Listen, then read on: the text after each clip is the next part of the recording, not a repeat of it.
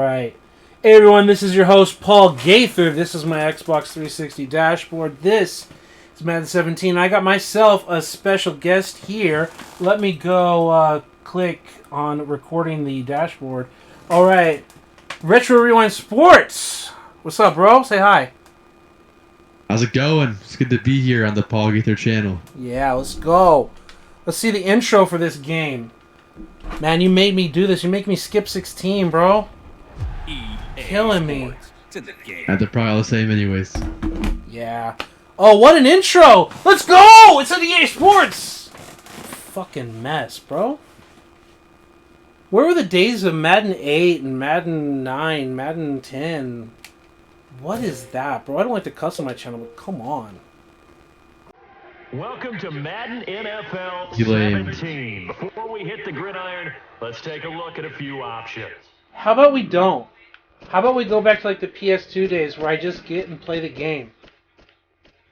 And now you start playing music that's gonna like get my channel in trouble and everything? Like, are you serious?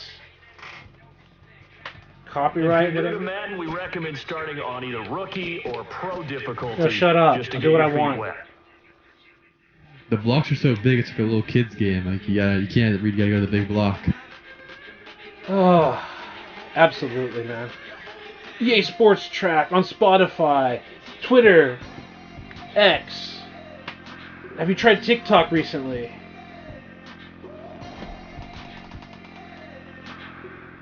Alright, let's see. Oh, I'm not hyped for And this. finally, choose whether to learn the new gameplay Oh, No. mechanics okay, or the the skills basics of trainer. Madden No. in one of the custom playlists below. No. At least it's not Cam Newton telling me that Brock Purdy's a game manager and that I should buy And it just from the like team. that, you're set. It's time to Oh, play. there it is! Hope you enjoy Ultimate Madden Team, everybody! 17. Let's go! Ultimate Team! Right in your face. Oh, if you didn't want to play Ultimate Team, are you sure? Because I bet you it's going to be in your face. Oh, try Ultimate Team. And if you don't want to try Ultimate Team, maybe you can try Ultimate Team with a bigger box. Get out of my face, bro. This is basically Madden 15's menu and everything all over again. Okay. It is the exact same menu as 25 as well. Yeah, it's just like, well, 25 was a little different, but this intro is bad. Settings, music. We got to get this volume control thing under control. I'm already going to get, like, struck here, but... And then I got to hit save so it doesn't mess up any other time I want to make a video. Save in profile. So, yeah, it's just the carryover. It's the same intro, but without Cam Newton. I wonder what 16 is like, but whatever. It doesn't really matter. Okay, I mean, the main reason we're here with Retro Rewind Sports is he was showing me all kinds of stuff about Madden 21 we were looking at, and the scouting and everything. And Retro, you were telling me that the scouting in 21 is the same scouting in 17? So you want to, like, talk us through a little bit of that while I get this set up? Yeah, so on the Xbox One and PS4 generation of consoles, the scouting is pretty lame. You just press a button, you know, and it gives you 3 things about the player. 3 of their top stats, right? So I'm curious on the Xbox 360 version of consoles if it's the same way or if it's the way it was in 25 and 15. Yeah, because 15 had improvements in my last video. And, like, I was enjoying it and I was getting excited for it. And then you started showing me that. Oh, I can't even choose a legendary owner? That's a step backwards. I can't choose Eddie DeBartolo or anyone like that. Wow. It's literally a step down. I mean, it's not like I even use that feature, which is probably why they got rid of it, but that's pretty bad. Let's go all Madden. Let's go 15 minutes. Let's do all this. To some extent, I don't even care. But simulate the game prep activities. And then start career. I bet this is classic EA where they go to the next generation and they advance the next generation, but they leave the old generation alone. That's what it looks like. So. That's what it looks like. It looks like the PS2, you know, has like Madden 08, but that's not the same as Madden 08 on 360. It looks like Madden 17 is not the same as Madden 17 on like the Xbone. I Yes. was playing Madden 17 on my Xbox, and yeah, it looks like the more like 21 than this. Yeah. So So yeah, it really just probably is a roster update and maybe even subtracting features. Like I wonder if 16 has the legendary coaches and maybe legendary players. Because yeah, this looks just the same. And they got Peter Schrager and all of that. They got Skip Bayless. Skip Bayless looks like he's got his Better Call Saul face, huh? He looks like Better Call Saul, bro. Cut days, prep time, game prep, start game 60 hours? What? I get 35 hours in Madden 15. They give me 60 hours. Not quite double, but close to it. Yeah, we know what this is. Yeah. Wow, I mean, that could be a good thing, too. It's like you get, like, a lot more players. Weekly time remaining, 10 hours per player, potential rewards. Earn XP for any player on team. So it went from, like, the recommendations of, like, develop a whoever, and they just said, F that trash, crumpled up the piece of paper, and threw it away. Not develop your promising young player or whatever. They're like, no. F for fuck that shit. Huh? Look at that. It just has the giant F. Like, we don't care. What is up with that? They're just like, yeah, whatever, bro. Just pick whoever you want. Pick whoever you want. It doesn't matter. We don't care. Same stuff here. Just less effort. I've got to unselect the guys if I want to develop guys. Okay. Colin Kaepernick, Blaine Gabbert, it's like almost the same roster again, yeah. 2 years later, whatever. So defensive line and linebackers, accept and continue. This is the Chip Kelly year. This is Bowman after his injury and everything. Buckner, yeah, young Buckner. Lynch Mob got better. Eric Armstead and Buckner on the team. One of them's a rookie. I don't remember which order they were in. And it's like 10 hours per player. Okay. And so what? I don't remember which one is which. Like, let's look at both of them. They both say starter. Let's go continue. Start activity. And those are the results. Just 50 experience points. Like, they were talking about like 800 to 1,000 something experience points. So, like, what's up with that? Yeah, look, XP says 40 to 123. So are they just messing with numbers like last time? I don't know. Because that was the thing I was freaking out about last video. Madden 25 give you like 1,300 something points for scouting. And then Madden 15 give you like 300 points. And I was like, what are you going to do with 300 points? But then they also cut the cost from like 38 points to check block shedding to like 8 points to check block shedding. So like they balanced that. So I'm interested in knowing, did they cut the cost of experience and cut the cost of progressing the players? Because that's what you were showing me, Retro, is you were showing me not just the scouting, you were showing me the packages of improving players. You want to tell us about your Titans quarterback and what was up with that while I set this up? Yeah, so I had this quarterback named Jaden Leno, and he was not added as a normal player in the draft class, you know. Picked him up, made him the year one starter, and due to the playbook on the Titans, it's busted in that game. He won the MVP his rookie year as a 75 overall, give or take, and he's won it 6 years in a row since then. So I just don't understand how that even makes sense, how it's been possible. Because the game's just so playbook dependent, and it's less about overall in the team. It's more about what the playbook you used is. It's kind of stupid if you ask me. Yeah, and you were also showing me how it's like you buy packages, where this one is like I individually select what I want to work on. You want to talk about like the packages and stuff? Yeah, so you have like 4 or 3 archetypes, you know, it depends on position, and it has like a bunch of subcategories like, you know, like power moves, finesse moves, and block shedder all in one category. But you don't know what you're going to get. You might get 2 of them, might get 1 of them, might get none of them. It's kind of like a dice roll on what you're going to develop on your players. So even when you pick the package, it doesn't even mean you know what you're going to get, like +3 and +1 you were showing me for one guy. Yeah. Yeah, he might just get the +2 in the other category. You know, it's not guaranteed to even get you what you're looking for. Yeah, exactly. Which I guess in some extent, like, even as a coach, like, you try to work with a guy, but you don't know how they're going to actually improve. Like, you can't control them like a robot. So, like, I can understand that. But also, you look here, like, we were given, like, 50 experience points for preparing for 10 hours of our preparation time. And we got 50 points. We're going to have to prep him 10 weeks in a row doing that just to give him 1 point, like, to block shedding. That won't even be enough. 50 points, we'd have to do it 11 weeks in a row to get the 600 points to give him 1 point of block shedding. It would take a whole season almost to give him an extra point of block shedding just in, like, the prep. What is this? That's crazy. Yeah, this is not what I signed up for. Like, this is not what you want in Madden 15. So the numbers are not adjusted like the scouting was. So yeah, that way's too slow. My way's way too fast on the newer game. Yeah. So, and this one says tackling drill. 20 hours of prep time.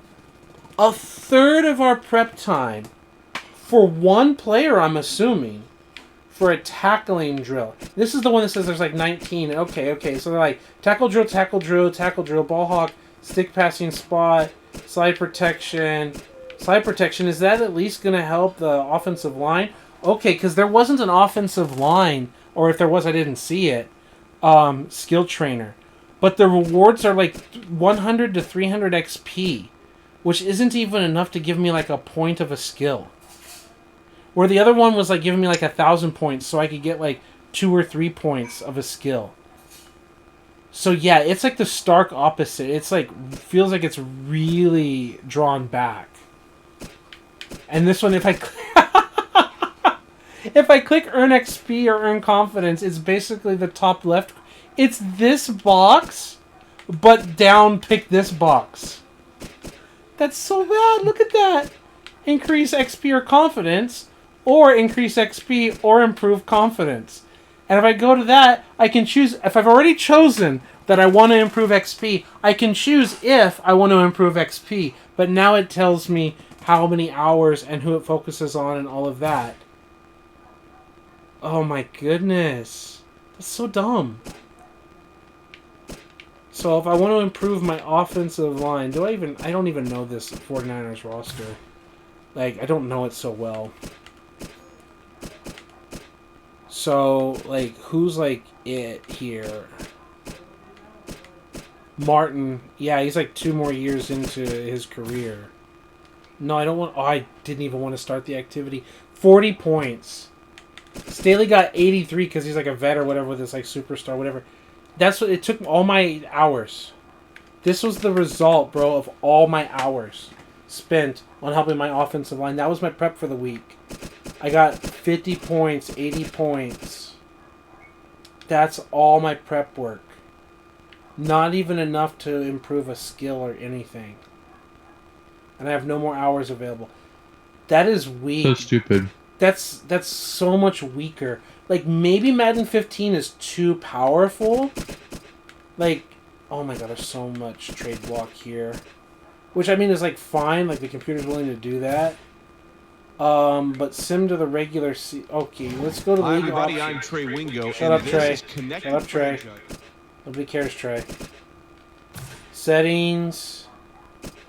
Franchise settings, league settings. I want to do the thing where it says simulate game prep. So that already feels useless. 15 felt useful. Even if 15 is too powerful, like, you can mess with the numbers, but this feels like messing with the numbers too much. Simulate to 10 years. That was also a feature in 15. To the next season of the draft, the offseason, Super Bowl, the playoffs, midseason, regular season. Next week. Sim to the regular season, yeah. So we're going to go through all this. It's going to take some time. So let's get your feedback, Retro. What do you think based on what you've seen, and what are your predictions that we're going to see when we get to scouting? I think we'll see the same scouting from 15 and 25, but it'll be like the points will be adjusted a little more to be more or less, you know. You think So they're it should going to be be more more or like less the same. 15's points? Like you get like 300 and they're going to cost like 8?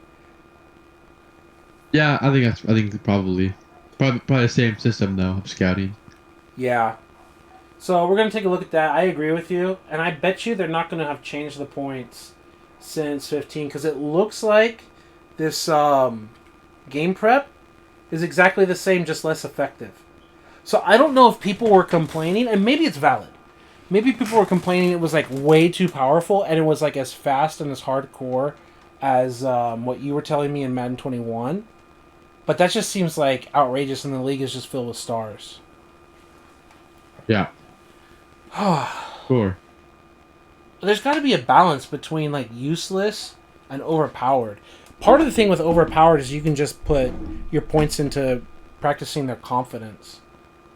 So tell us more about the scouting. Like it was not just the buttons, but like what were we not getting in the scouting? You already showed me, but you want to tell our audience like what the problem with the scouting was, so we know what to look for and contrast against here. Just a large lack of info. You got only 3 categories. You didn't know you didn't know how they deal in their strength. You don't know how they deal in zone coverage, man coverage. You just kind of got 3 things that they're good at. You don't know what their bad parts are, like what their faults are. You only know their 3 best features and the 3 best like attributes. They didn't even like write a fluff piece about the scouting report, did they? Like, oh, this guy is known for No. this or is injured. No, nothing. And Well, yeah, it'd be cool.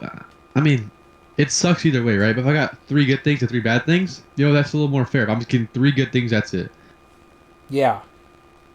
So let's go here. Doesn't even show scouting. Actions: game prep, season game, progress players, trade block, advanced week. We got our news feed and all of that. But I don't even see scouting. It won't be in news. It won't be in home. I understand, like, in Madden 25, week 1 was like you had to select if you were going to import a draft class or not. Was he wearing a badge on his... Oh, yeah, because of the year that they had their 70th anniversary or whatever. So they got the badge in the game. Go to week 3, and I know in the new Madden's week 3 is when you get the draft class. Maybe that carried over to this game. Yeah, I'll end up doing that. Let's go advance week to the next one. Yeah, Madden 25, it was like you click, do you want to import draft class from from NCAA 14? Well, that's one of the things I complained in my last video is like they knew they weren't making new NCAA games, and yet they still chose to not allow you to support that game when they could just support it. In classic EA fashion, they just don't put the effort into supporting their last college game that they put out. So what do you think about the fact that they mentioned that they were doing randomized classes instead of handcrafted classes? Because people used to make guides that could kind of cheat what the classes were in Madden 25 and before. Do you like the fact that they at least have randomized players, or do you think the results are just like broken? I think handcrafted is so much cooler because like every character has his own like kind of story to him. Every character is more unique, right? Yeah. But people do cheat. People do, once you play the thing one time, you kind of know all the players at that point, So I think having both options is nice. To have it like a pre-made and be able to make a random one. Like the best of both worlds would be nice. Yeah, I like the fact that the handcrafted rookies, I believe in an online franchise in Madden 25, you got the same class the first year, no matter, like, every time. But I think year 2 and beyond, it, like, rolled a dice of the remaining draft classes, and you never knew which one you were going to get. But you could still cheat by finding, like, I think it was, like, the best punter in the class by the college or something. That's how they organized it. So you could find out, like, the best players. Okay, here's scouting in week 2. It's 175 points. Not quite half the points, but close to half the points we used to have in the previous game. So, what are they going to cost us here, huh? So, what I told you and what we looked at before is, like, let's look at defense. Like, I need a replacement for Justin Smith, right? So, here's the thing that I did like about 15, is in Madden 25, you had to unlock this stuff. And they cost, like, 50 points each. And here, like, you had to click it and you had to unlock both of them. So you had to, like, drop, like, 100 points or something per player to do that. And now they're unlocked already. But here, I can actually go in and like sort by the scheme. And they should just have all the 4-3s together or whatever.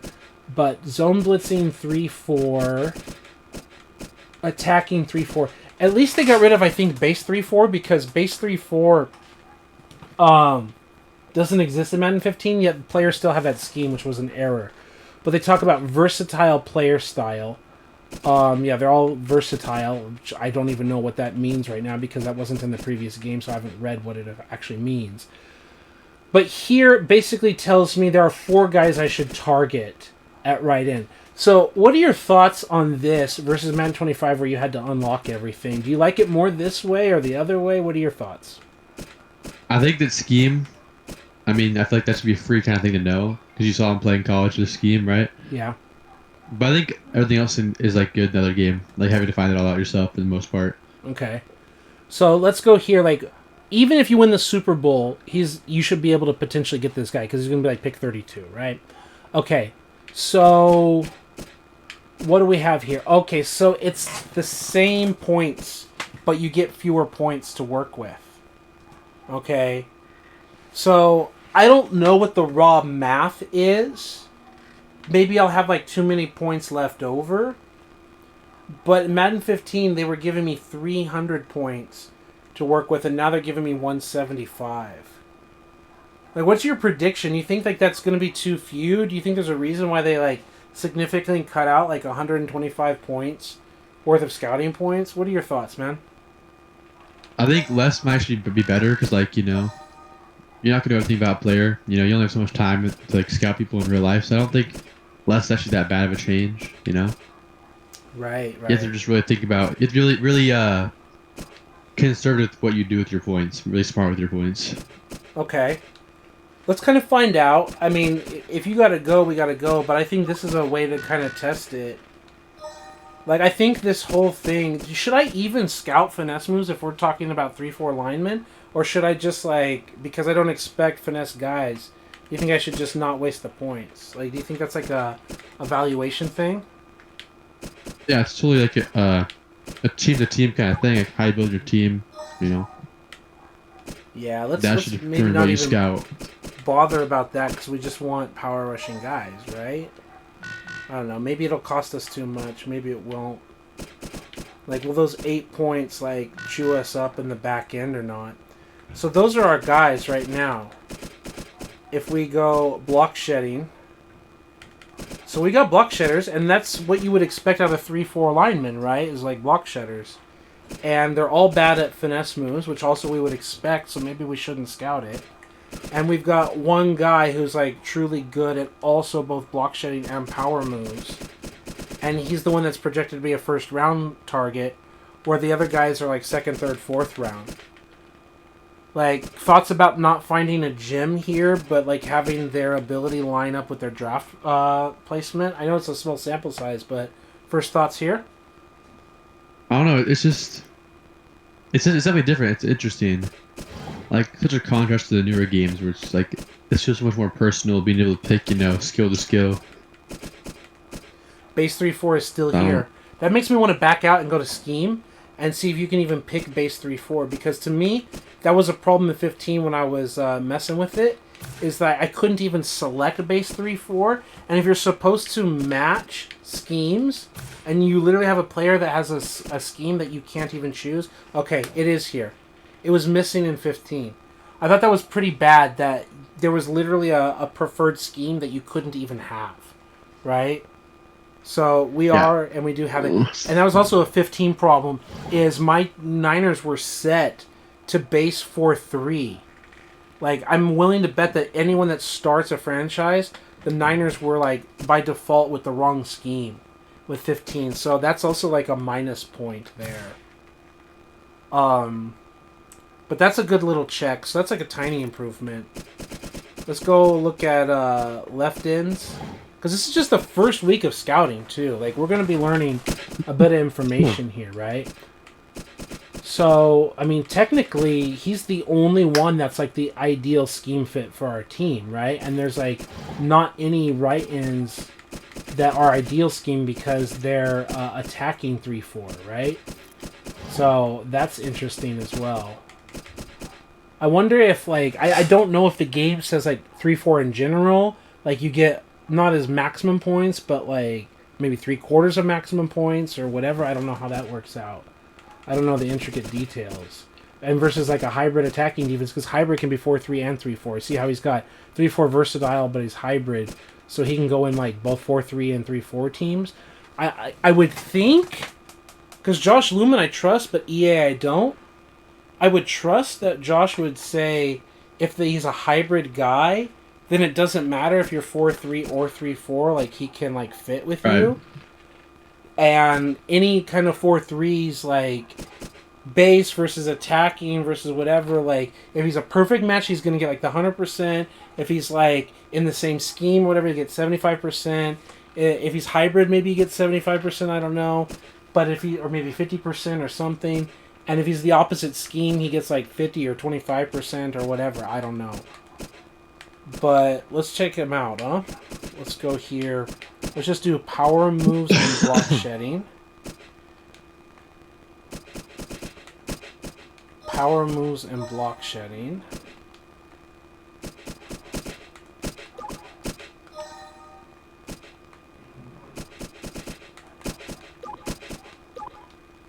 And we're not even going to have the ability to do more than that. We're going to be able to find one defensive tackle's like partly of something. Zone blitz 3-4 block shedding, right? And we're out of points. So I think we're going to like sim closer to the end of the season. Advance week. Sim to playoffs. I don't know how many like scouting points we're going to get going into the off season. But I want to see how many scouting points we accrue, like, added up. Because we saw what we were able to get for 1 week. How quickly are we going to burn through our points? Because to me, once you know what they are, it's nice to know more about a player, like what their player traits are. And it seemed like those were still expensive. Like 100 points for something, which is like more than half of your total points you have to spend for one player. Seemed real expensive. Any thoughts on that, or any thoughts on what we've seen so far? Well, like I said, I think less points is actually not a bad thing because it means you have to really be more strict with who you want and more, in tune with what kind of players you want to add to your squad. At less points, you guys have more, like, in tune you are with who you actually want to add on the squad. Like strategy, yeah, and point allocation, right? Yeah, you have to be more conservative and less, spendy. Yeah. I still don't know. Like, I totally agree with that point. I still don't know if it's going to give you sufficient points to learn what you need to learn, because there's a lot of positions out there. And maybe that was the issue, is like, if you do use your points, like, thriftily, just focus on 3-4 guys because you're a 3-4 team. Just focus on power run guys because you're a power run team or whatever. Versus, like, ignore the spread guys, whatever. Are you still going to have enough points left over to learn, like, let's say their personality, high motor, like those other, like, intangible skills? Or are we only saving that for, like, the very few guys? Like, I don't know. That's a good question. I think it could be like a tiebreaker. You have 2 guys you absolutely love, You might drop those points on those kind of, more in-depth archetypes and stats at the end to decide between 2 top guys. Yeah, to see if it's like a tiebreaker, a decision maker, right? Do I want to spend this first round pick on this guy or that guy, so I want to look it up? Yeah, I agree with that. I totally agree with that. So that's what we're going to kind of find out as we get through this first year of Sim.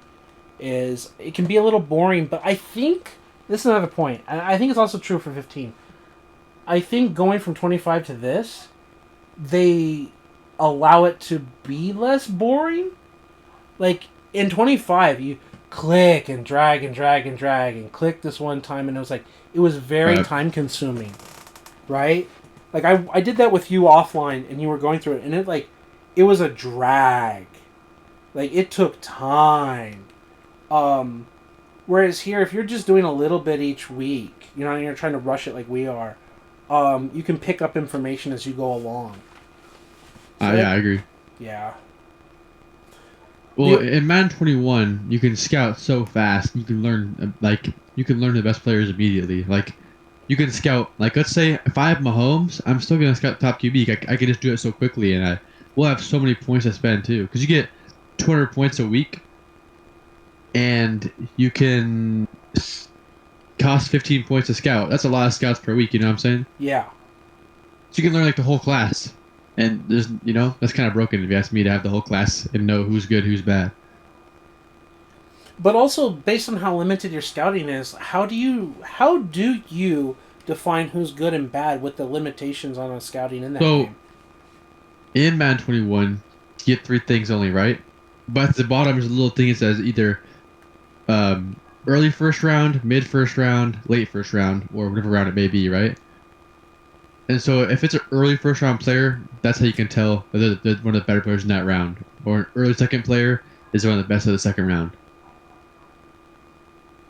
But okay, like so in real life, there are gyms that come out of nowhere, and there's busts. Yeah, So yeah. do you still run into like busts, and can you still find gyms? So you can find gems, right? That's the easy part, right? But you will never draft a bust because you'll know immediately. You know what I'm saying? Because so like it will just say like, oh, he's an early first rounder, so I know he's not gonna be bad because he has to be like a 75 overall plus, above a certain threshold. So your first round pick will always hit because you always know what you're getting. There's never a surprise. Like, oh my god, I didn't see this one thing and now he's not that good. You're always gonna get a good player with your first round pick. Also, while you're talking, I literally hit B to cancel, and it was showing canceling, and now it's saying advancing to playoffs, like as if I didn't cancel it. Did you notice that? I did not notice that. Okay, no, now it's okay. So it was like one screen jumped to the next screen, jumped to the next screen. It's into playoffs. So I'm gonna keep going. I accidentally hit B. I wanted to see what it would do anyway since I hit it. Yeah, I'm listening to what you're saying, and it's like, yeah, it feels like, yeah, like in Madden 12, one of the complaints I had, and it's not just 12, it's 11, it's 10, it's 9, it's like these games that had, or at least going back to 10, is they showed you yeah, even before 10, it was 9 and 8 as well, but 10 gave you a letter grade, like potential was an A, B, whatever. In 9 and 8, maybe even 7, but 9 and 8, they gave you like a bar that you could sort like the size of the bar, so like you just always sort like the high potential guys. So like you would never draft like a low potential guy, right? What was nice about that is even if they had a high potential, they may not have a high overall.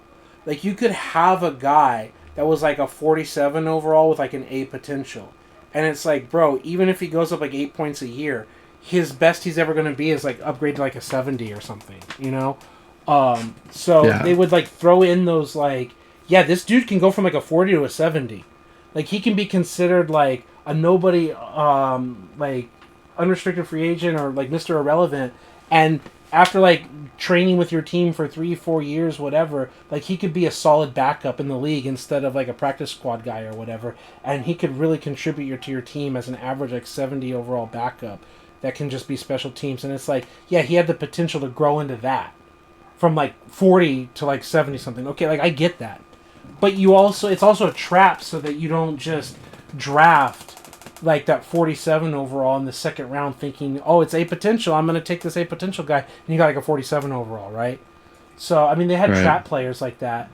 And my understanding, I don't know if they had a high overall F potential player, but I think they had high overall C and D potential players, where they might be like an 81 or 82 overall, but have like C or D potential. Because I heard stories, I didn't see it, I didn't test it for myself, but I was hearing stories in Madden 10 from Josh Lumen that he did create, allegedly, he created a guy that could be like an 81, 82 overall and have like deep potential, and he actually gets worse after his rookie year. So like his rookie year was his best year, and it almost represents like the sophomore slump, and like he just wasn't cut out for the NFL or whatever, and he's actually like his rookie year was his best season, and he got worse, which happens to guys. I think in Madden, right, when you get a player in the draft, it will say, oh, he's a 75 overall, right? Yeah. Which is good for a rookie for the most part. But in the NFL, you don't know how good he is until he plays, you know? Like, I don't know how good my quarterback's going to be until I see him in the game for real.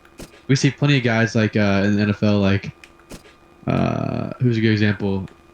Like Mitch Trubisky. He went number 2 overall.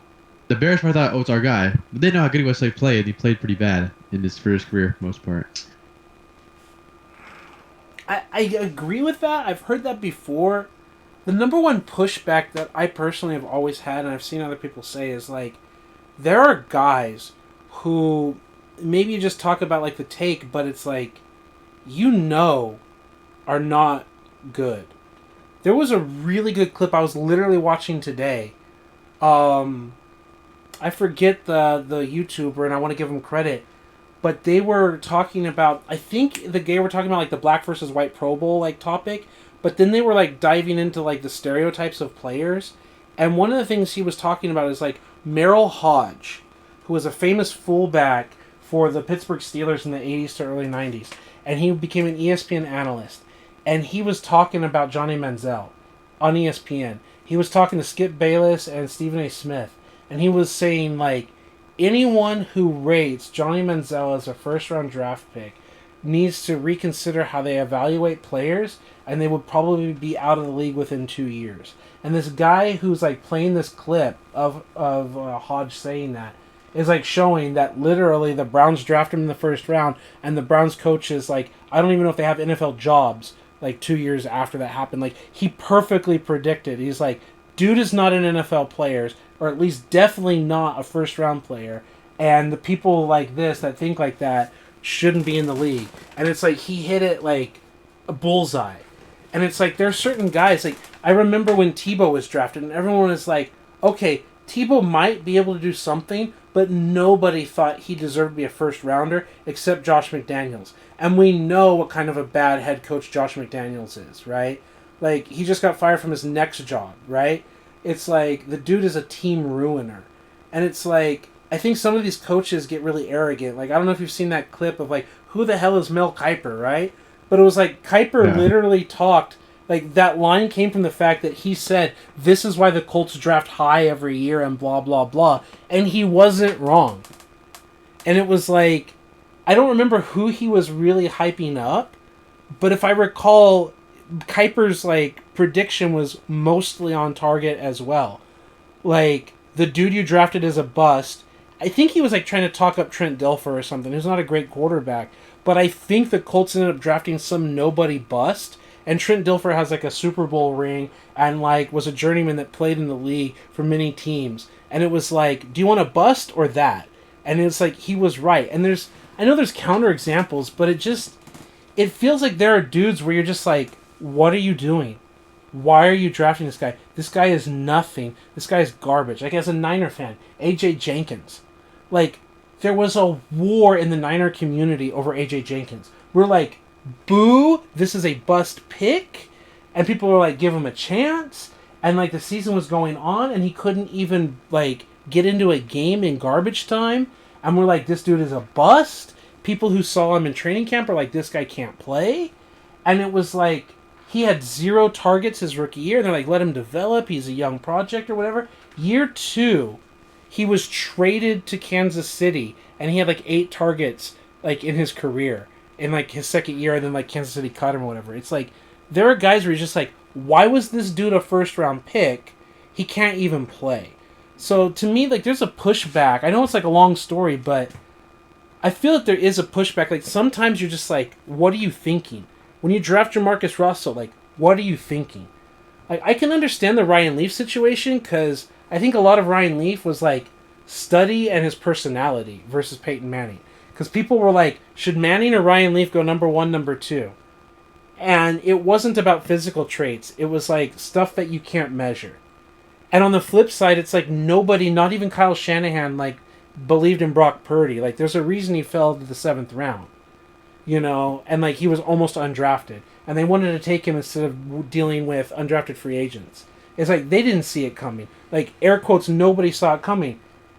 And yet there's some really great videos of these guys from England that are like doing film work, and they're like, why is nobody talking about Brock Purdy? He should be a 3rd round draft pick, blah blah blah. And there were other people going like, Brock should be a 3rd round draft pick over and over and over. And it's like, why did he fall to the 7th? When there's like a lot of people are like, he should be a 3rd to 4th round draft pick. And he's played above that, but like, I don't know. I think there's plenty of times where you can look at a guy and you're like, This guy belongs in the NFL. This guy doesn't. What are you talking about? So I think there's an aspect of that. I think there is the bus, and people go for the athletic freak, like Trey Lance, the Niners.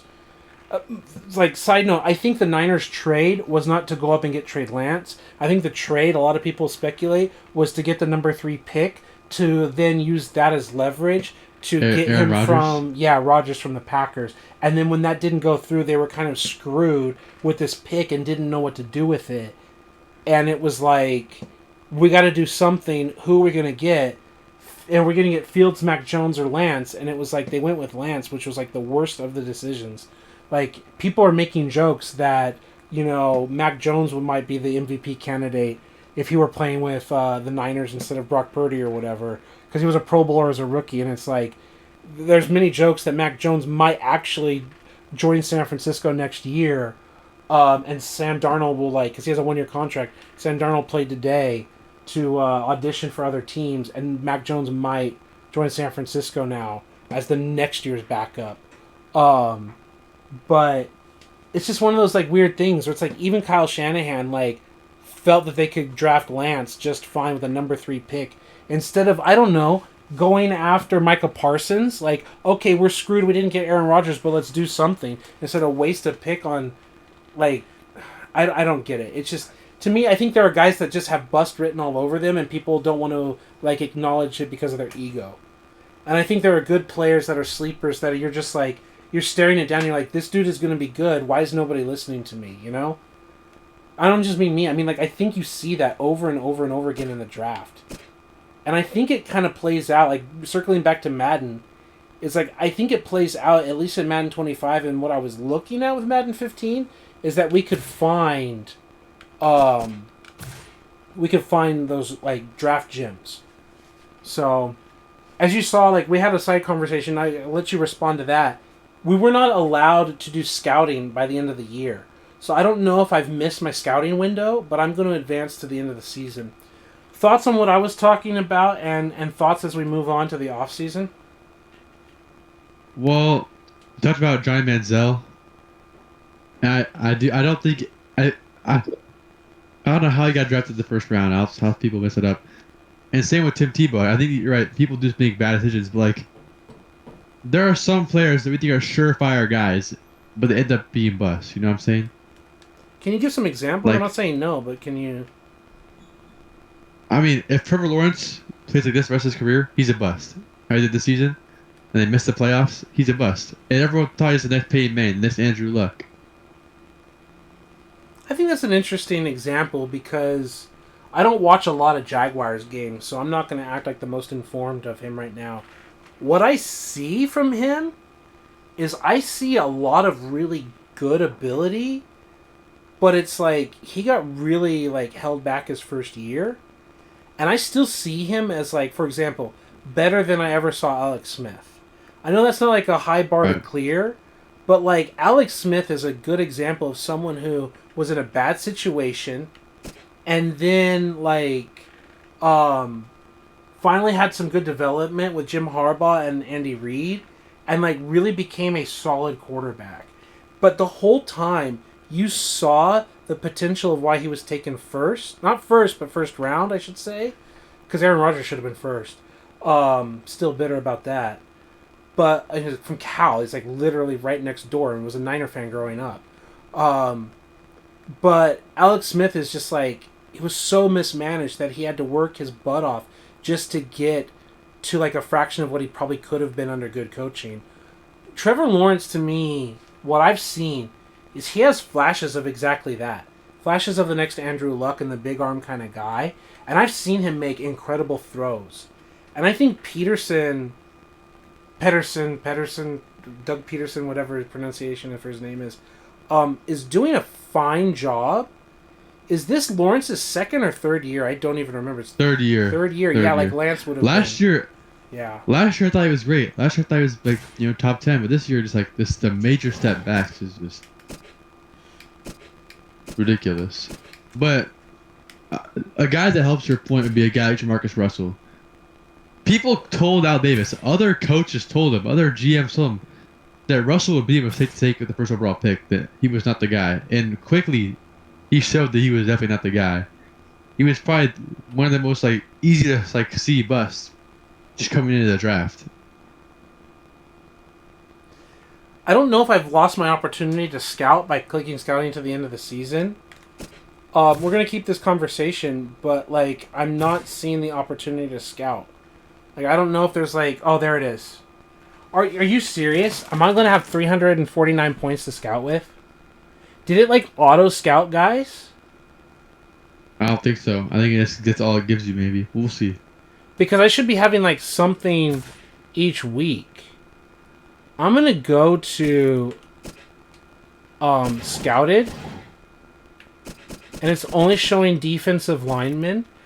And I only... my goodness. Oh my goodness. Are you kidding me? If I don't manually scout, I just lose the opportunity. It does... Wow. That makes me angry. Like That's crazy. In Madden 25, if I just sim, it'll accumulate those points so I can just do like a massive scouting dump. Wow. Ridiculous. Wow. Okay, now I'm gonna like do some like math. I know it's gonna be off screen. Tell me more of your thoughts. Let's continue that conversation. We just got interrupted. But let's focus on like potential draft busts, potential late round gems, what you would ideally like to see in a Madden game in terms of scouting and all that. I'm gonna do some calculations. But yeah, tell us your thoughts, man. Honestly, I don't know. Like, football is probably one of the hardest games to emulate, if you ask me. Like, you look at soccer, you look at hockey, baseball. I think football is like it has the most variables when it comes to building a team, and when it comes to on the field as well.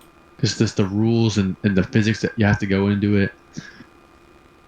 So when I think about the draft and scouting, especially, it's like, how do you find that balance of not knowing everybody, but having, you know, a broad knowledge of players, then not knowing too much as well, but then not being left in the dark? It's like, it's such a hard area to find, you know, that gray area of like, what's too much and what's not enough. I just don't know where I draw the line personally. It's always tough. And then like there's like egos and everything. There's scouting regions. One of the things that you and I talked about, maybe it's also a good way to continue the conversation. Well, I'm going to go create another offline account and kind of like go through it. I don't want to go in too many like side tangents. I did the calculation real quick. I did 175 points times 15 weeks because we didn't get week 1. But just like around, I mean, not round number, not an even number, 15 is not even, but like 15 weeks is like 2,625 points. And I said block shedding is like 8 points to scout, and so was like the power and finesse moves. So if it's like 8-ish points to scout skill, that's like 328 skills that we can scout. So we can scout like probably over the next few weeks, like maybe closing in on like 350 skills or less. So maybe some of them cost 10 points, maybe other things. So we can scout like 300, 350 skills over the course of the season. We'll have the other conversation there. What do you feel about that, like, kind of raw math? Do you think that's, like, enough skills? I don't think that's too bad, actually. I think, like I said, I'm a fan of the less. The less is more. The less is makes every player more personal. Because when you looking at everything they have, you might value height and weight even more because it's like it's a free information, you know. Yeah, that's where I wanted to continue the conversation. There is like, I told you also offline and also in my previous videos to everyone else, my personal approach. If you were playing this style and not the Madden 21 garbage, what would your ideal approach be? Maybe to different positions, maybe defense and offense, maybe specific positions. Where do you think you would value players, and how would you build your team? Well, I mean, a wise man told me when it comes to scouting, you want to find that one trait that matters most. It's kind of more niche of a trait, and that can help eliminate kind of things like for run blocking or blocking in general. You told me, and I've kept this to heart, you want a guy that will always, you know, always make plays, whether he's in the play as a main star or he's just blocking in the background, right? And let's say you have two guys who are both great physically, they're both great like with their skills with like catching, route running. But then one guy's a better blocker. That's my guy. I know he'll do more for my team in the long run and the short term. And so, what kind of like key skills, maybe by position, are important to you? Because like, I think in some ways, like you're a Seahawks fan, I'm a Niner fan. Both of our teams Right. often build for very similar styles. That's why even many times both of our teams are like bidding on the same players. Like we know that Jamal Adams didn't pan I was out. gonna say Jamal Adams is supposed to go to both teams. Yeah, and they said, I think it was John Lynch said that when Christian McCaffrey was put on the block, they were asking like, should we try for him? Because they're happy with like Mitchell and all these other guys, and like you don't have to spend a lot of money on a running back.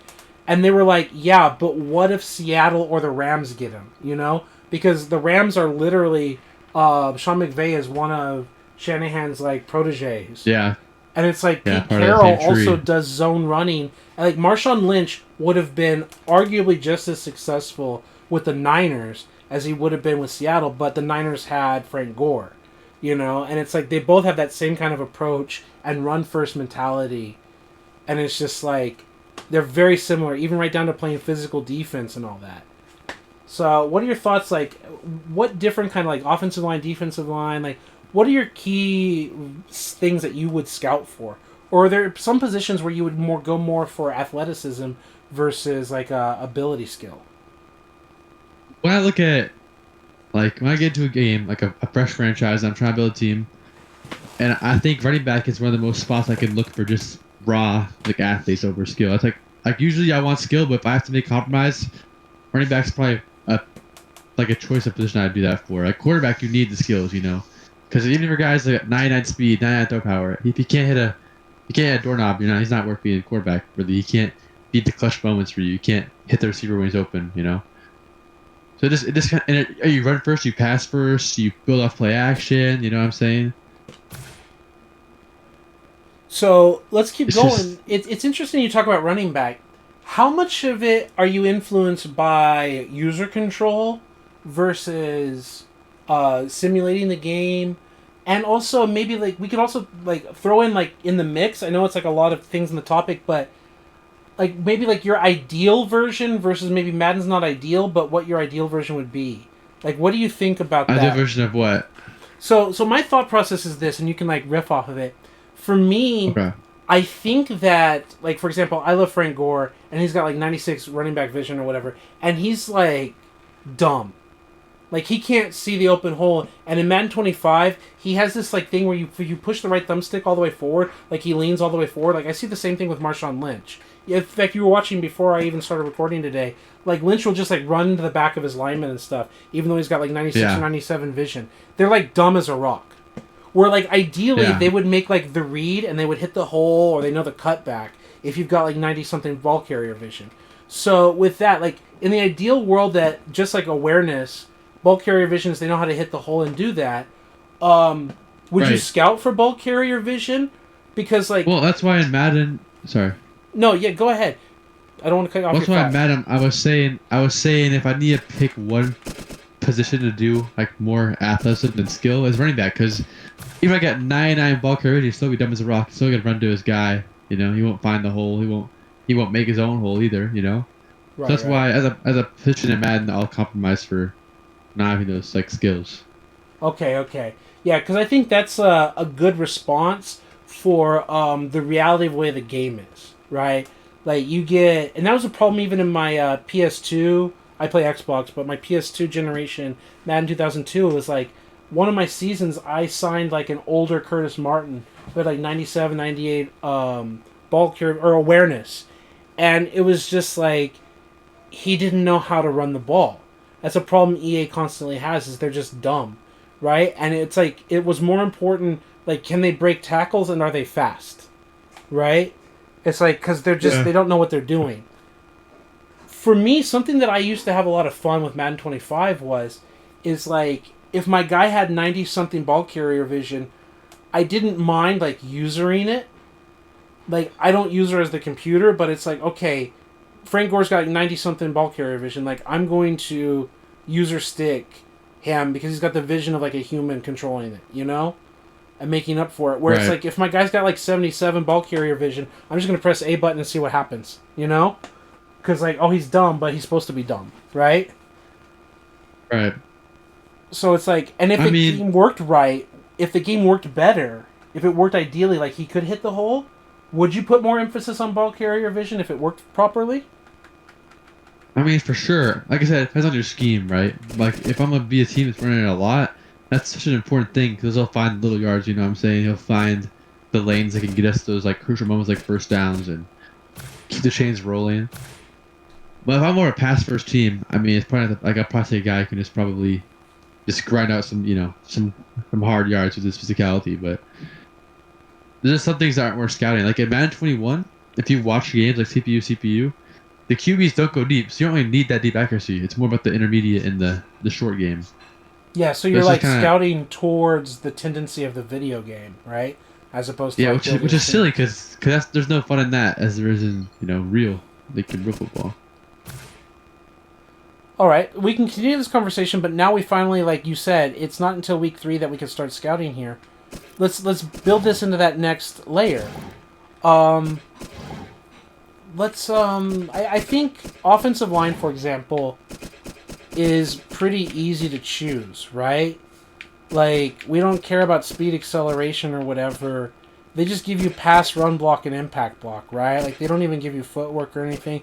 They got personality, confidence, development, like, is he a superstar or whatever. Penalty, like the likelihood of him getting a penalty, that might be interesting as an ability. I've never seen that before. I think offensive line is, like, pretty straightforward, right? I agree. And, like, we can spin the points, but it's just like, are they good at run or pass blocking? I wonder, like, would we spend time on impact block? I'm thinking, like, maybe for guards, because they pull, and on screens, the impact block could matter, but less for tackles and centers? What are your thoughts on that, real quick? Well, I just what's impact block, right? And what's lead block? Like, that's in the newer games. What's the difference between lead block and impact block? Like, what does that even? Do they have both in the new game? They have both impact block and lead block? Yeah, they have run block, pass block, impact block, lead block. Yeah, I have no idea what lead block is because I don't play that game. I don't know what the official thing is, whatever. Do they have a description? They don't explain stats in that game, no. But if I was in this game, right, with this kind of scouting system, what would I scout? I don't know, because I don't know what the difference even is. They don't clarify, right? Because for me, my understanding from playing Madden 25 and even playing Madden 12 and all that is impact block is like when you're running free and you hit a guy, it is the likelihood, like it's a dice roll, the bonus you get, whatever, that you're just going to pancake the dude. So your fullback's impact block matters. And that's why I said guards, because you do have counter plays where he's going to be like in motion and he's going to pop like a defensive end or a linebacker coming across while in motion of a pull on counters, and also on power plays and on screens where they're in motion and then they literally impact into a linebacker or a lineman. Which I think is also like a strength contest and all that, so you're less likely to pancake a defensive lineman than you are a linebacker. And then if you like Trent Williams against like any secondary guy, and I saw that even when I was playing Madden 25 with Joe Staley, who's got like 97 or whatever impact block, is you call a screen and he just like flattens like anyone in his way, like a 90% chance or whatever, that he's just going to put someone on their back and potentially go pick up a second guy, you know? Because sometimes the impact block super win is so big that he just busts a dude and keeps running. And sometimes like they take out the corner or the linebacker and then they go up to the safety and then they're blocking like two dudes, which is like huge. If you can block two guys with one guy, that's insane. Right. That is definitely an advantage. But you know, you have to specifically for a tackle, you've got to like call that kind of play. There aren't a lot of like, you know, pitch plays with a tackle that pulls or leads the way, right? But guards are more common. So I think I'm not going to scout that for the others. What's your thoughts on like the playbook creator inside Madden? Like, how do you feel about the playbook creator. Okay, Is that's is a in this good one? loaded I think it's in question. this. Give me more info. Like, do you think it's like in depth enough? Do you think it's fair? Do you think it's balanced? Do you think like how would you change it based on what you know? Okay, it's still loaded, and I want to like narrow that down more. Madden 12 doesn't have a creator. It just has like choose the plays that go in your playbook. And it's like, so you take out the bad plays and you put in the good plays, right? To me, like, Right. that's fine. Because some people online on Operation Sports used to complain, oh, you're just going to put all the money plays in. And it's like, where is the line drawn between a money play and a play that, like, works? Right? Like, I kind of know what it is, but there are plays in Madden 25 where literally there's like fullback runs where Colin Kaepernick, like I use him, he doesn't actually hand it off to the fullback. There's like an animation problem or whatever, and he like misses the fullback, and then he starts twisting around and jerking and like looking to run the ball himself because they missed the handoff animation. And it's like, I don't want that in my playbook because it's physically broken. Get out of my playbook. But at deeper levels, you were gonna say something. Go ahead. It reminds me of in Madden 24 when you run like a stretch with a southpaw quarterback. The ball just teleports into the running back's hands because the way the quarterback holds it. It's so stupid looking. It's so noticeable. I saw that in NCAA 14, and you know, God forbid I say anything bad about NCAA 14, but it was like I did the option play and I tried to pitch it, and I had like I was going to the left. And the quarterback held the ball in his right hand. His left hand was empty and did the pitch animation, and then it just flew magically out of his right hand that was holding the football. It was like so classic EA, you know? You definitely see that problem. I don't consider that a broken play, I just see it an ugly animation, but like whenever he like literally wouldn't hand it off is a problem. To me, another layer and example of that is, especially if you're doing like coach mode. I don't have enough scouting points. I gotta go to the next week. If I'm doing coach mode, one of the things I was thinking about making a video on was Madden 12 custom playbooks. Let's go to next week. Finding the plays that the quarterback can actually operate, and I was like. Using Tom Brady with like 98 awareness, like Peyton Manning, Tom Brady, maybe Drew Brees are all like 97, 98 awareness. It's like, if they can't operate the play, I don't want it in my playbook. Oh, like, let me pause that real quick. Yeah. So let's say you're saying that, right? They can't run the play. I don't want it in the playbook, right? So I think that same way, right? And so I make a playbook doesn't have that problem. But when I play against other CPU teams, right? They don't have that same kind of handicap that I have, where they'll still run plays that are bad. You get what I'm saying? Yeah, absolutely. So I like my team's at an unfair advantage. So I can never. It always just bothers me and eats at me because my players can't have a fair advantage. Yeah, I absolutely agree with what you're saying right there, and I was actually going to build to that, so I'm glad you brought it up. Is at least Madden 12 lets you have a second controller, and you can have like your playbooks. Like, you can build, and that's one of the things that takes time, but you can build, like, let's say, a fullback-based playbook, a two tight end-based playbook, a single back, three wide receiver-based playbook. Not to say that other teams don't use those different formations, but, like, if I'm Kyle Shanahan's Niners, or I'm even also Jim Harbaugh's Niners with Bruce Miller, I mean, the Niners in history, from Tom Rathman to Fred Beasley and William Floyd and everyone in between. The Niners have historically used fullbacks like a lot.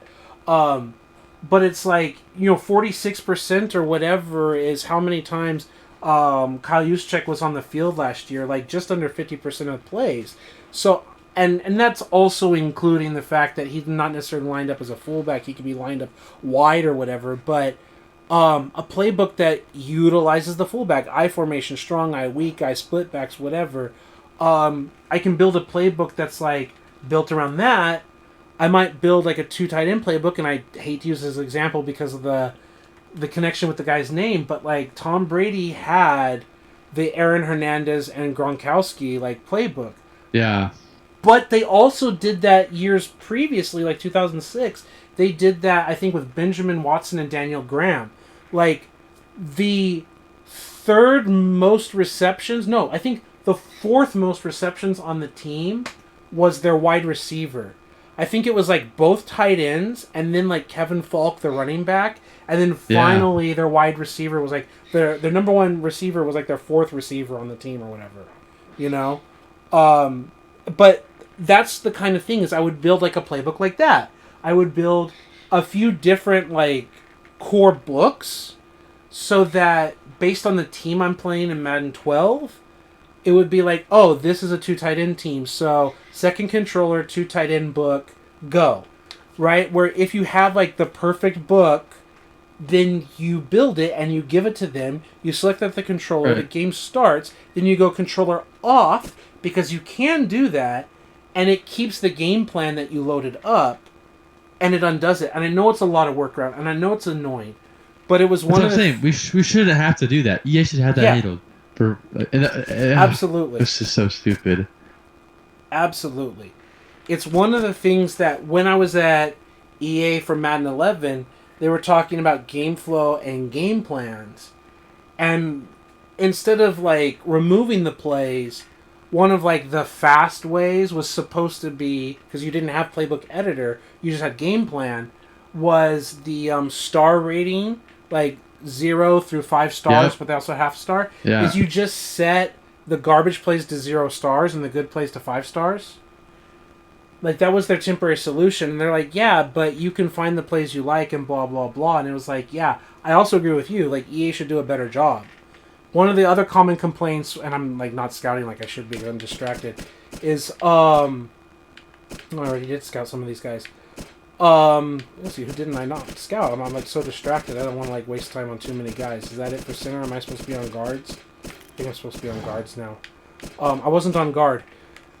Is, a little bit lost track of my thought. Is... EA has multiple plays with different names. Like in Madden 12, it's like they have Bill's zone, inside zone, and they have like halfback weak dive or whatever. They have like 3 different plays that are the exact same play, just repeated with different names, you know? They have like halfback stretch, and then they have like 18 stretch or whatever is the same play. Right? They have like multiple things of the exact same play, just repeated and repeated and repeated over and over again, which sucks when you're building playbooks. So I think that's some of the answer, but not all the answer that you were looking for. Is damn it! It's not what I wanted to click. Like I kept clicking right, and then it just didn't click. Whatever, waste of some points. But what? 10 points. It was like one ability scout. It's not the end of the world. I did... This is another thing that's, I think, related to your question and your topic, is Madden on next gen... Not next gen. That's my next one. I think 360 is next gen in my brain because I'm old. Madden on Generation 7 versus on PS2 generation has realistic plays. Like, we were talking about Madden 15, the concepts. Madden on PS2 doesn't have very many real-life plays. Like, maybe Madden 8 does, but, like, Z-Spot, Drive, Stick, like, so on and so forth. Like, I don't remember if Madden 8 has it or not, but, like, Madden 4, Madden 5, whatever. Like, they don't even have those plays. They just have, like, slant, curl flat, whatever, you know? Like, generic random crap. That's not, like, real football plays. If you want me to be a real madman, you could go to the play... There's a play creator back then, right? And that's part of what I was going to ask you is, like, is that what you meant? Yeah. Tell me. Keep going. Well, I was just referring to, playbooks themselves, but imagine going to play creator and making realistic plays. That EA, I'd literally kill myself. The fact they make me have to do that. That's what I was expecting you to say with part of our conversation is, like, we just talked about removing the bad plays. Like, the time that we have to take to, like, make actual plays. And so many plays are impossible to make, like the auto motion in, like, Z-Spot. Or, like, Drive or whatever. So you get, like, a guy in motion and everything. So, there is, I think, still on the internet, Let me look in my file folder because I think I even have it in here. There was like an in-depth book someone made. Documents, video games, Madden. Do I have it here? Maybe. Yeah. Monstrous Madden Offense. I think this was made all the way back in like 2002 for Madden 03. If you don't know, now I go full screen. I know I'm not sharing it on my screen, so let me see if I can go to Sources. And I can click here, Display Capture. And click here, and I'm in my full screen. The Monstrous Madden Playbook. It says Offense Volume 1, though I don't know the Volume 2 at all. It's 198 pages. And look this up, anyone that's like watching this video at this point, and you can find it online.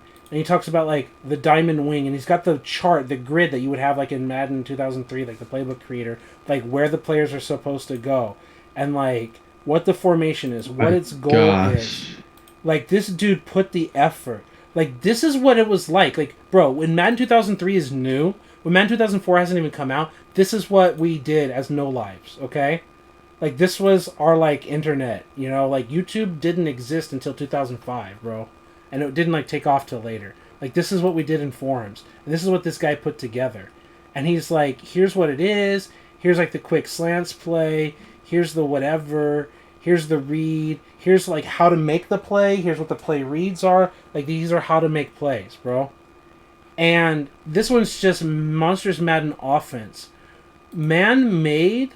I don't even know. I couldn't find it. I gotta look for it. He made a crazy defense. Like, he had wild defensive plays that also took advantage of the AI. They lined guys up in weird positions and had all kinds of, like, shifts and coverages and would, like, get, like, nano blitz and stuff. And it was insane. And I think that's a big reason, like, how insane these people, like, Mad Lab stuff. That like EA got like all cowardice like by Madden 04 or whatever, Madden 4, Madden 05, they took it out of the game and they didn't ever allow you to use it online, right? Yeah. So I don't know. That's dedication crazy. if I've ever heard it. It's a what? That's dedication if I've ever heard about it. Oh my god. Yeah. Like they went in like hardcore and like I can find it, we can put online anyone that wants to build that in their own Madden 03 game. Whatever. I think Madden 04 also lets you do it, but not play online. I don't remember. There's a few games that have it. So that was fun. But I also understand... Madden 08 has it as well, like up to Madden 08. Okay. But not for online play, or sometimes it's like not allowed for franchise play or something like that. I think there's some limitations on it, like maybe play now only or something. I gotta go to scouting and continue... So we're like multiple weeks into the season. We haven't even finished, I think, scouting right tackles. And I say available and scheme and zone run, power run, something like that. Yeah, we got this far to this dude, Evan Taylor. So, like, when it comes to playbook building, Madden 25... I feel took one extra step that Madden 12 did. I know it. They did take an extra step. You have a tab, like the first tab has to do with setting your audibles. Your formation-specific audibles that Madden 12 doesn't have. 12 is just like, what plays do you want in your book, and what is your like star rating system for calling them for your game plan, for game flow and all that. Which also, when you go to play calling, you can call, like, Ask Madden, you can say, by game plan. And it'll show you only the plays that you put in your game plan as your recommendation for that situation, which was nice. So I like that. That's in the newer ones, too. Newer Maddens. That's good. You can set a third and short, a third and long, a second and long, so on, so on. Madden 25 added the first tab or whatever is supposed to be custom audibles, like formation-specific audibles, based on each formation that you've chosen. So what I would often do, I think it was like because you can use the right thumbstick. Yeah, you press audible and then you flick the right thumbstick like up, down, left, or right or whatever. So it was like right thumbstick to the left. I did like a zone run left. Right thumbstick to the right was like zone run to the right. And it was like, I don't know, up and down or trigger or whatever it was. Maybe it was buttons. I don't remember. They keep changing the control layout all the time. But I wanted like a run to the left out of that formation without having to flip the formation. I wanted a run to the right. And because I'm a zone guy, I don't really care about counters or whatever. Or I might like hard call a counter in the huddle and then kill to a different play. And then like a play action or whatever, you know? And I would do play action based on those runs. So I could either fake audible, like just go through the motion, but it's like a dummy call, or I could actually be calling a run left or run right or a play action for it. So even if like my opponent online got accustomed to me like audibling to runs left and right based on their alignment, and they start shifting their alignment, is I could actually be calling to a play action instead. And so they're like, oh yeah, he's calling an audible and this formation, so it's going to be the run. It's like, no, I hit you with play action or whatever. So I really like that. Or if you want short pass, or if you want screen pass or whatever, because that's another thing. When you get to shotgun, you start getting like 3x1 formations. Instead of like really worried about runs, it's just like one run play inside zone, which is common in real life. But then it's like bubble screen or whatever, and then like a deep crosser concept versus like a mid-range concept. I think that's what I usually had.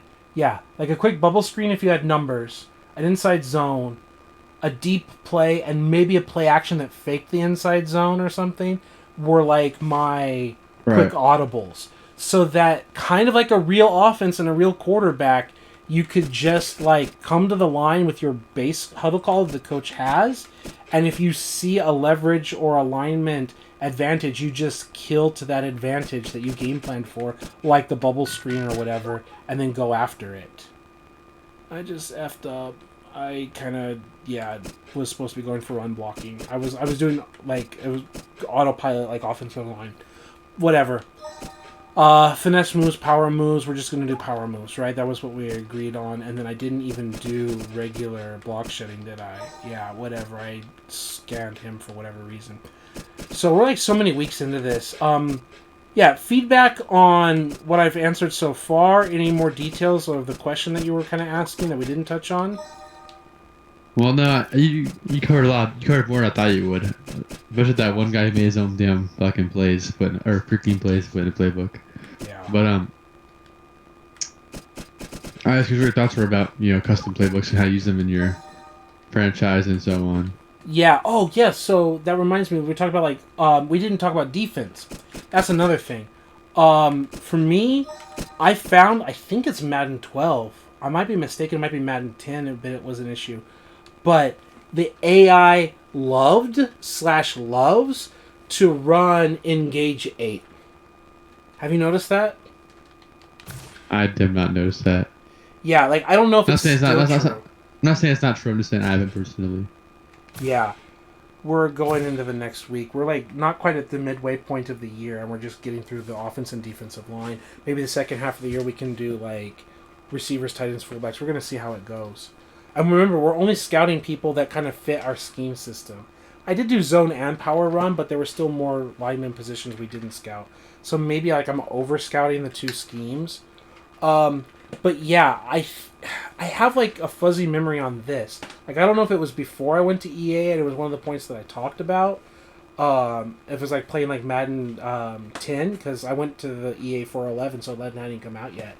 But there was like, especially when you cross midfield, and especially in the final 2 minutes, the computer loved calling Engage 8, which also doesn't match in real life how they like cover 0, because Engage 8's also a cover 3 blitz, not a cover 0 blitz, but they would just sit in the house. So you just take the snap, and then the tight end is wide open.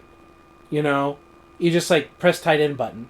Like, so often you could just go, snap the ball, everyone's coming, and you just tap the tight end button no matter what route they're running, because everyone's blitzing and no one's covering the tight end, and it's just like an automatic completion, rape them up the middle of the field, maybe break a tackle against the safety over the middle and score, or at least get a huge pickup. And it was just like every time the computer called Engaged 8, it was like a money play. Like, I don't know, have you played, I know you said a little bit, or you got tired of it, Retro Bowl? Yeah, Retro Bowl. I've played quite a bit of Retro Bowl. Like, you know how often, like, you know it's a money play, the same thing. When the defense comes at Yeah, you, you the just deep. throw to the tight Yeah. end over the middle. You know that play, bro. It's like, that's what it was. It was just like, it was the Retro Bowl thing, it's just that all over again. So I found one of the key things to do, and the easiest thing to do when it comes to the 2 controller thing, is just like, cut Engage A out of the game plan. You know? And even though it can be like a little bit of bland defense, it was like, tell them to call cover 3, cover 6, cover 2, cover 1, cover 5. Like, a lot of bland coverages, but then like put them all as like 5 stars or 3.5 stars or whatever. So you don't, like, they're not like biased towards one coverage or another. Or maybe have like cover 6 as like 1.5 stars. So like they'll just like, or 2 stars or whatever the balance is. So like they'll just throw it at you once in a while that you didn't expect as like a monkey wrench. But they'll throw 3s, 2s, and 1s at you. And a lot of the cover 3s, they'll stay in a 2 high shell and they'll rotate into the 3. So you can do like, and you also can do cloud and sky. So like 2 of the safeties stay high, versus having a safety come down like in the box or whatever. So it's just like, that way you don't know which coverage you're actually going to get until the ball is snapped. And then finding what few blitzes actually function properly, like middle linebacker cross blitz, they just kind of run into the defensive tackle and are just like completely lost and dumb. Whereas many of like the overloads or the free safety blitz will actually work properly, even if like they get picked up. Like they just don't like bumble around and like, okay, everyone gets picked up, but now everyone's one-on-one and someone can shed a block, you know, and still get pressure on you. And I also play with like 0 pass blocking. So, like, you know, you're going to get pressure. So you still got to make the right read and make the right throw. But take the garbage plays out of the book. And some of the garbage situations. Like, there's a play that's really famous in Madden. I forget the name right now. But it's like cover 2 hard. Where the corners are in flats coverage. And then they have 2 deep safeties. And then, like, they blitz linebackers. So they've got, like, 2 flats, 2 deep, and like 2 yellow hook zones. So like 2-2-2, and then like they're sending everyone on a blitz. And it's like, that is a nice, not great, but a nice red zone play, because the field is constricted to like 30 yards or less, because you're at the 20 and plus 10 yards of the end zone. So the field's not stretched too much. It's a decent play. But like, you're on your own 30, and it's just the field is wide open and you just cut them apart. So I put that in situation like red zone defense only, and I put it in the rotation with the normal plays. So you may just get the regular cover 2 hard, or you might get the cover 2 blitz or whatever. So I would do that a lot, just so the defense would not be trash and just give up easy plays, right? Right. So, I mean, that's how I use it. I mean, we're over an hour, and we're not even really talking this game, and I'm getting a little distracted, but I think that's fine, too. How you doing for time? Because you told us about an hour, and we're getting on an hour and a half. You got to go, or what's up? I don't want to keep you longer than you need to. I got a good 15 in me. Okay. So, what are your thoughts so far? We're, like, kind of running out of points here. We're going to, like, get through the defensive line soon, and we're in week 7. Maybe I can get you talking and your thoughts, and I can just try to rush through this as fast as possible. My thoughts on the scouting or what? Scouting, the approach you would take, maybe kinds of players you're looking for, different positions, especially once I get through the D-line. Maybe you can already preemptively tell us, like, what's a key position you look for at linebacker, at corner, at safety? Because they're all going to be different, right? Like, I know what I look for, but maybe what do you look for at wide receiver, at tight end, at, like, what do you look for at all of those things? Like, let's get talking while I run through the stuff, right? Well, I'd say, for one thing, Madden, I will say this before any of that, is that, like, the way they, like, name positions and, like, the terminology, like outside linebacker can be, like, it can be off-ball or on-ball, you know? Mm-hmm. And they play in entirely differently, but Madden they get paid the same. Yeah. Like I would consider like, well, like I don't know, I can't think of a good example right now, but like Prime Khalil Mack would be called an off or on-ball linebacker, but Madden would get paid the same as Bobby Wagner would. It doesn't make any sense. Like the way they do salaries for what they're really doing on the field. So they don't have like edge or something? Because that's what I was heard that they had. No, because they have D end and they have outside linebacker, or like right end and outside linebacker, right? But they'll still list player like they'll want you to pay an inside linebacker how you'd pay a right end. I'm a little lost. Like, I mean, like low, like. No, high. Like they want B-Wags, like Bob Wagner, to get paid like or Nick Bosa money. Oh, okay.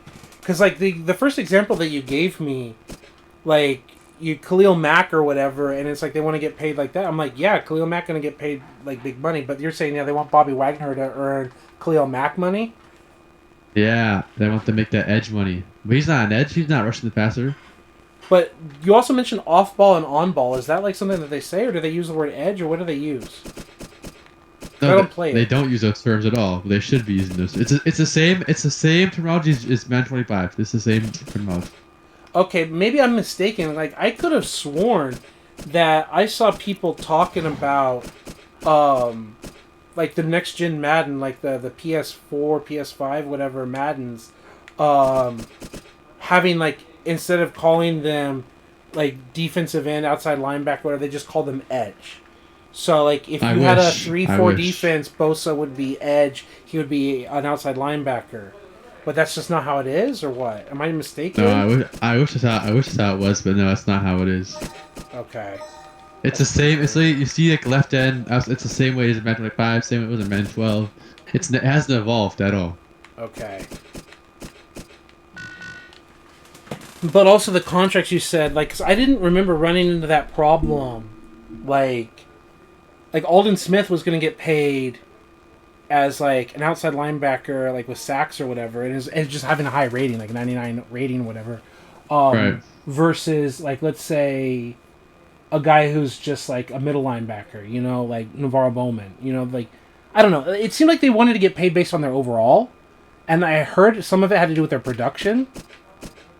So, I mean, can you maybe, like, explain a little more? Like, I think I get you, but I also kind of feel a little lost. I'm pretty sure... In Madden 21, I'm pretty sure it's solely overall. Not, like, if you have a quarterback who's a 0 overall, but with MVP, he won't ask for MVP money, right? He'll ask for 0 overall money, right? Okay. And so if I have B-Wags, like, who's a 99 overall, for example, and I have Nick Bosa, right? B-Wags, no matter what, how many sacks he has, how many picks he has, he'll ask for the same money as a top edge because he's a high overall. He want the same money the best pass rusher makes. Yeah, as opposed to like what normal like, because Wagner's middle linebacker, unless I'm tripping, right?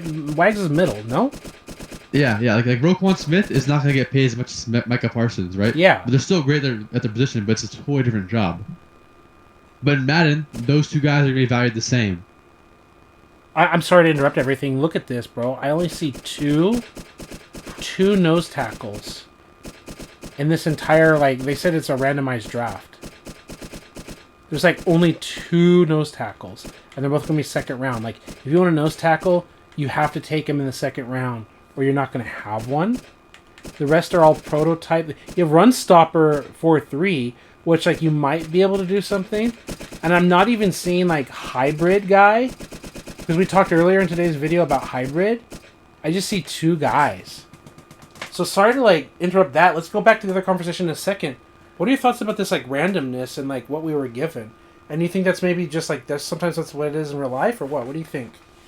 Well, I mean, in real life, like, there's always be more than 2 nose tackles in a class. Yeah. So I don't know, but I guess in Madden, there should be like a minimum requirement. Like, there needs like a minimum of 5 of this, a minimum of 5 of this. You know what I'm saying? Then you set like boundaries and like thresholds for what there should be in a class. Do you think maybe, like, should I, like, for example, I want to be a 3-4 defense with nose tackles or whatever. should I even look at Prototype? Because Prototype to me seems like the Aaron Donald kind of guy or whatever. That's just like a G3 inside and outside. Yeah. Should I go like potentially run stopper kind of guy? Because to me, this guy looks like he would be a 3-4 defensive end, right? Like base 4-3 run stopper is exactly the kind of guy you would move to D end in in a 3-4. And Prototype is like also that, but he's like the Warren Sapp. And I know Warren Sapp's not the same as Aaron Donald, but like that kind of like 3 technique, that Fletcher Cox guy. Like you put the nose, but like in the G technique between the guard and the center, and then you put the other guy like 1-on-1 against a guard in the 3 technique to just like mess people up. You know. To me, that's what that is.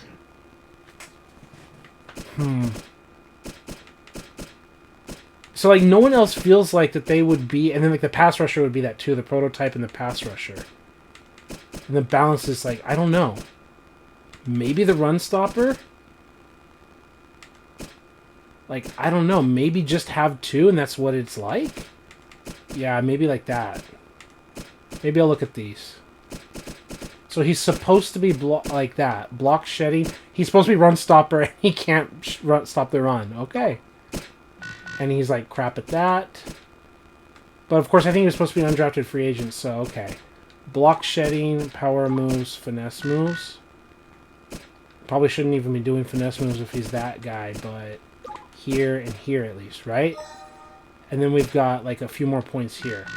So I guess before we move on to linebackers and stuff, and again, like the time that you have available, if you look at this, second round, undrafted free agent, 6th round, 3rd round. So we look at a dude like this in the 6th round, and we look at, which one was an undrafted free agent? This guy? I think that's pretty decent for an undrafted free agent to be considered a C, right? Like a guy who's not even supposed to be like in the league, maybe, or is like a practice squad guy is already a C. Seems high for his draft position, but low for what we want, right? What are your thoughts on kind of like looking at this list? Like, and we can see these ratings, these BBB, like these are solid. No one's an A. And these guys are like underwhelming, but at least he has something. And he's not bad as a 7th round pick if you just need depth instead of like paying money for a free agent. But at some point, I love finding those depth players in the draft. It feels more realistic to find some guy who's like, he has one good quality. He can come in rotationally if he needs to, injuries, you know.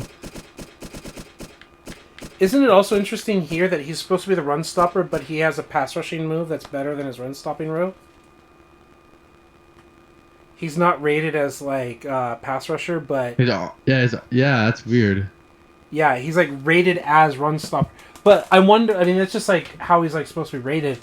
Like maybe he already starts with that, and then you want to dump points into block shedding to make him better. And I wonder if he's like a guy like I don't want to spend 50 of my points considering how few I have to see what the C is.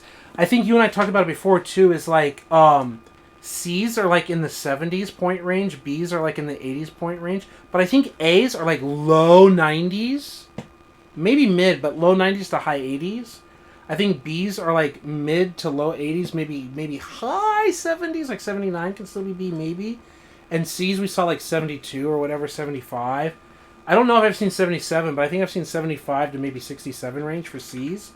So if he's like 75 block shedding, he's getting close to, like he could be close. Either of these could be close to 80, which is considered like the good threshold, but not great. If that were the case, how would you feel about them if they were like 75 or 74 in block shedding versus, let's say, 67?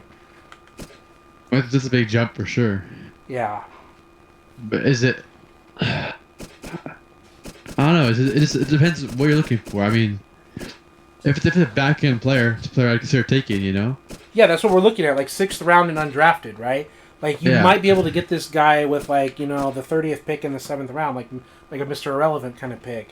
Or really low there. And he's also literally the bottom of the 6th and potentially the top of the 7th, right? Yeah.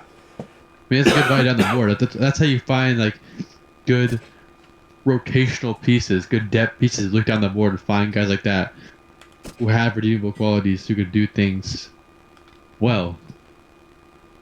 And because I'm out of points, I've got to advance the week And we're going to get to the midpoint of the season, right? Week 8. Well, I guess... was this game made when we went to extra weeks? I forget what year we went to extra weeks. This is probably still back with 17 weeks, 16 games, right? I know it's crazy. 16 games. Yeah. So, yeah, we're going to go to the midpoint of the season. When we find those guys, we rewind back to kind of how we started in this video of player progression. Isn't that kind of the point of this whole game prep? And, getting these guys developed? Don't you feel like this game is letting them down? If, that is when you're supposed to be earning their points? But... At the halfway part? At the... No, I mean, let's say we take the guy in the 6th round or the 7th round guys that we were looking at, right? And it's they're not going to start, and they're not going to get starting experience. So that's kind of the point of this game prep thing, is to help these guys get points, right? Yeah, in the newer Maddens, you can do 3 players to develop on the bench. I mean, that's just so stupid. They only will gain if they're on the 3-player list. So it's hard to develop those guys who aren't starters. Ooh, you only get 3 guys in Madden 21? Yeah. I mean, in some ways, it kind of feels like this here, too, because look, it says weekly time remaining 60, and it takes 20 hours to do a pass rushing drill, right? That feels like 3 guys, right, for the week to get 300 points. Yeah, pretty much. Yeah, that, it feels like the same, but just with a different texture, right? Reskinning the same problem, right? And that's we saw the points were to give you, maybe a point, or it would take you, 10 weeks to, improve a point. Yeah, I think the game prep is, severely neutered, and it shouldn't be.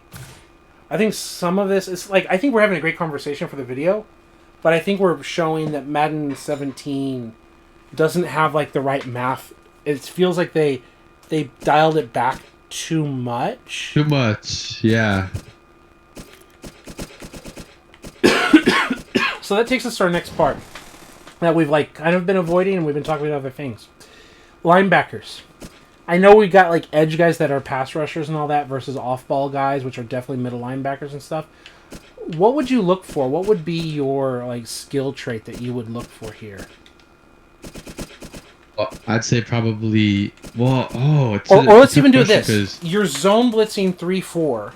Would you treat him like a 4-3 end, like pass rushing? Would you even look at block shedding? Would you look at, what would you look at? Let's talk about 3-4, and then we can talk about 4-3, what you look at in outside linebacker. Let's do that. It's just a big question, because it just really depends. Because you can always, with linebackers and edges, when it comes to, 3-4 and 4-3 terminology, they can really flip-flop pretty easily from edge to, off ball. So we got to make a call here, I'll give my opinion too, but we're looking at 3-4, right? Where the Niners or whoever, you're going 3-4. And we're looking at outside linebackers. So do we care about block shedding at all as a first skill, or are we looking at pass rushing moves? And I don't think you're looking at... I think... Oh, it's just... Like I said, it's such a hard... I'd say you're probably looking at power moves and block shedding. Okay, but not finesse move?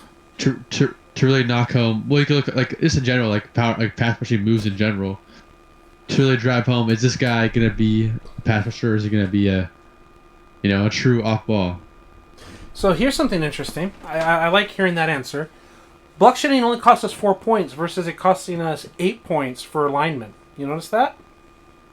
I did notice that. And here's also the other thing. He's left outside linebacker. So in a 3-4. This is the guy that lines up outside the tight end. So he could occasionally go up against a left tackle. But more often than not, he's going to be facing a tight end. In a traditional, tight end goes to that side of the field. I mean, they could flip in left-handed quarterbacks and all that. They have 2 tight end sets with ace. Both guys can get it. I know there's exceptions. But he's often going to be facing tight ends who are not going to have, 90-plus run blocking. Right? So he doesn't have to go up against, left tackle good. So also, he doesn't need to be, B or A block shedding, would you think? Would you think, we'd be happy with, a C block shedding? I mean, it depends who's in front of him, right? If it's a established player there, then it needs to be higher. But as a like a rotational piece, I think it can be C for sure. I think hitting these Bs are pretty good right here. Tampa 2, so attacking 3-4. Because, like, I'm a fan of Ahmad Brooks. And that man, like, would set the edge really hard and, like, keep runners from bouncing outside or would punish them when they did try to bounce. And then would feed them right back into the middle of, like, the 3-4 line and the Patrick Willis and all those kinds of guys. So I thought for an outside linebacker, that was kind of important. Whereas maybe if we were a 4-3 team, I wouldn't care about that as much. Would that be fair? These are good points, but at Madden 21, this wouldn't even cross your mind, right? You wouldn't even think about scheme in Madden 21. You just draft, and if they're high overall, they'll be high overall on everything, right? Yeah. It's completely better in this game. You should think about it, but even then, if you're using them, you can probably do whatever you want. Yeah, that's a whole other issue. But you can only use one guy on the team. So I think this is interesting that these guys, because these 3-4 outside linebackers have these pass rushing moves. I wonder if the 4-3 guys would have the pass rushing moves. So what I'm looking at here, let's look at block shedding first. We have 1B block shedder, but I would consider that like the version of an A because they're going up against tight ends. And I would see C as like a B, if that makes any sense. Like against who they're going up against. And then all of these guys have B power moves. And a couple of them have like multiple ways of attacking like the quarterback, right? Often tight ends are going to be going on routes. Especially in the modern NFL, like the Travis Kelce's and even like George Kittle and all that. And they don't usually stay in the chip. It's usually the left tackle that's got to go up against these guys.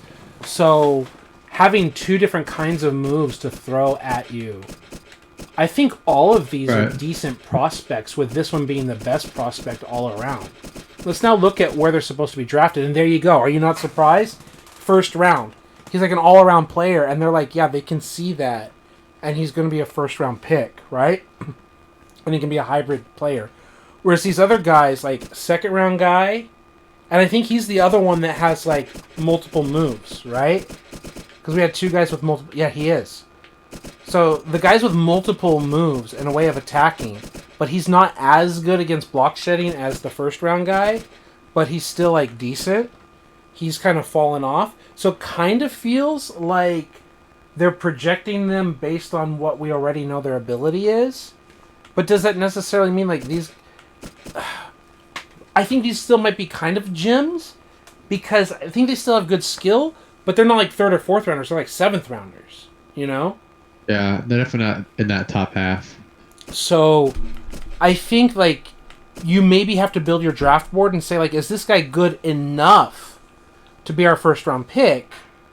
Or are we willing to just settle for one of these guys, right? And along with the defensive tackle we saw or whatever, like, we got to choose where our 6th and 7th are. That makes me ask you another question here that we haven't talked about yet. When you start building a draft board and you start seeing these, like, depth guys, these 6th, 7th round guys, whatever, how much value do you put into potentially trading down and collecting multiple 6s and 7s or multiple 5, 6, 7s from teams, and you just build up like that? And you just have all of these, like, good players, not elite, but good players, and you stack up on them. I think definitely I wouldn't overdo it, but definitely something you would want to consider with a class like this and with players like this. Like, maybe have 2 or 3 7th round picks and 2 or 3 6th round picks. So you end up with, like, 5 guys, like 2 and 3, like it just 2 6 and 3 if it becomes 7. If it becomes cheesy or not, you know what I'm saying? It depends if it becomes cheesy or if it stays like a realistic build. And maybe does that have something to do with how easily they can be progressed? Because that's the other side. We talked about it's, like, not very easy to progress them. So they're just kind of stuck at this skill rating, and it's really hard to get them above that. Like, you're not just going to be able to cheese them into, like, a 90 overall. But even to what degree can you cheese them into, like, an 80s, which is, like, good but not great? And then maybe another layer to that question to you is, like, does that not prove the point in, like, why you want to scout a guy who's already ready? Like, his skill is already this. It's already a B, right? Like, we're just Right. going to try over the course of these 3-4 years, whatever, to, like, get his block shedding up. Right? Like, that's it. Like, let's just get his block shedding up a bit, and he's a rotational guy versus a star. Because you can't pay everyone, you know? So I think that's interesting. Versus, we've talked about 3-4. Would you scout, not that I'm going to use my points right now, but would you scout a 4-3 left outside linebacker differently than we did? Or would you also scout the same skills? I'd do some things to check if he has that. He's secretly good at two things, right? But for the most part, I would do the opposite. What's the opposite? I would be scouting more. I'd be scouting more off-ball moves or off-ball tendencies. Okay, what would those be? What do you think? You know the ratings in the game. What would you, like, target? I'd say block shedding. I'd say pass coverage, like zone coverage. Okay. Awareness, pursuit would be a big one. Okay. Something I don't know if they ever changed it. Like, I don't know if they changed it, like, because there was community backlash. But I heard, and you and I talked about this, like, off camera a different day. What was explained to me, what I saw and what I tested for myself, like, so it's not like a placebo effect, which I worry about. And we can say this to our audience. Zone coverage doesn't actually attribute to how well they cover their zones when the play starts. Does that make sense to you? Yeah, we had a whole long, I remember this conversation. So, to let the audience know, and I think I talked about this in my Madden 25 video, so I don't want to talk too long about it. How they drop back and cover, like, the high and the low guy, and when they pass them off, and how well they recognize the patterns that are being run, like the route combinations that are being run, is not based on the zone coverage rating. It's based on the play recognition rating. So man coverage is measured against route running, but route running doesn't care about zone because they're not trying to beat you in man. So how well he drops into his hook zone to cover, let's say, levels, because levels usually has the tight end going 10 yards deep and under, and then has another guy underneath it. So, like, the middle linebacker, or if you're playing off-ball left outside linebacker, would drop back to cover deep on the tight end, and as he crosses over and knows he's got the threat of the inside level guy, he would pass off to the mic and start crashing down to cut off the shorter 5-yard in route by the wide receiver. Let's say if he's got a high 90s play recognition, not if he had a high 90s zone coverage. Does that both make sense to you, and was that like an easy explanation? It's just a misleading like stat in the game itself. Yeah. It makes sense when you explain it.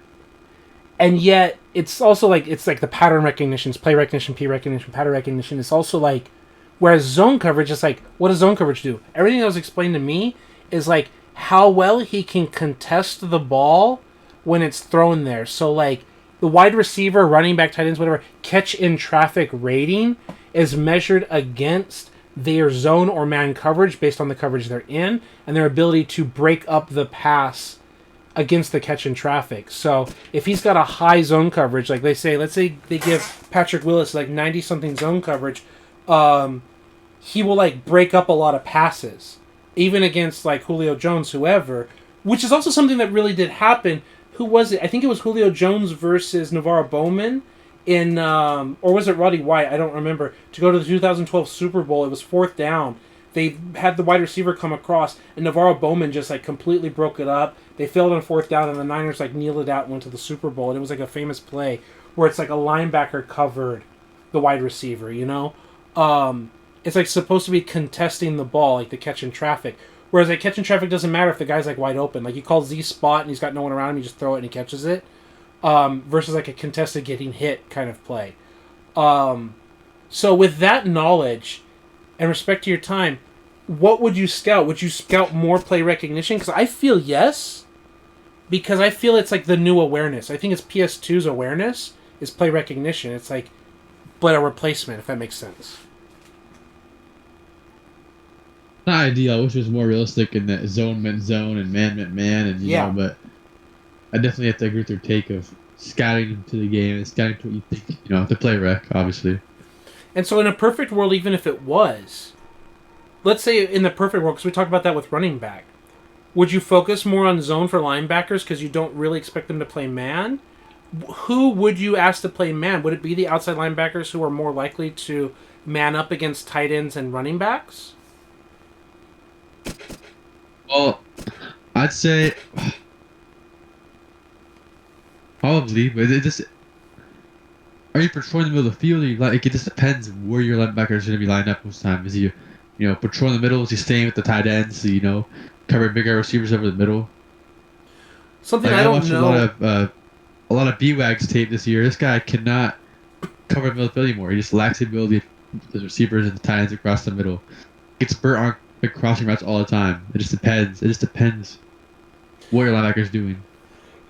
Yeah, because there's like you just said it like a moment ago is like scouting to the video game or scouting to like what ideally we would like if we're role playing, right? So Right.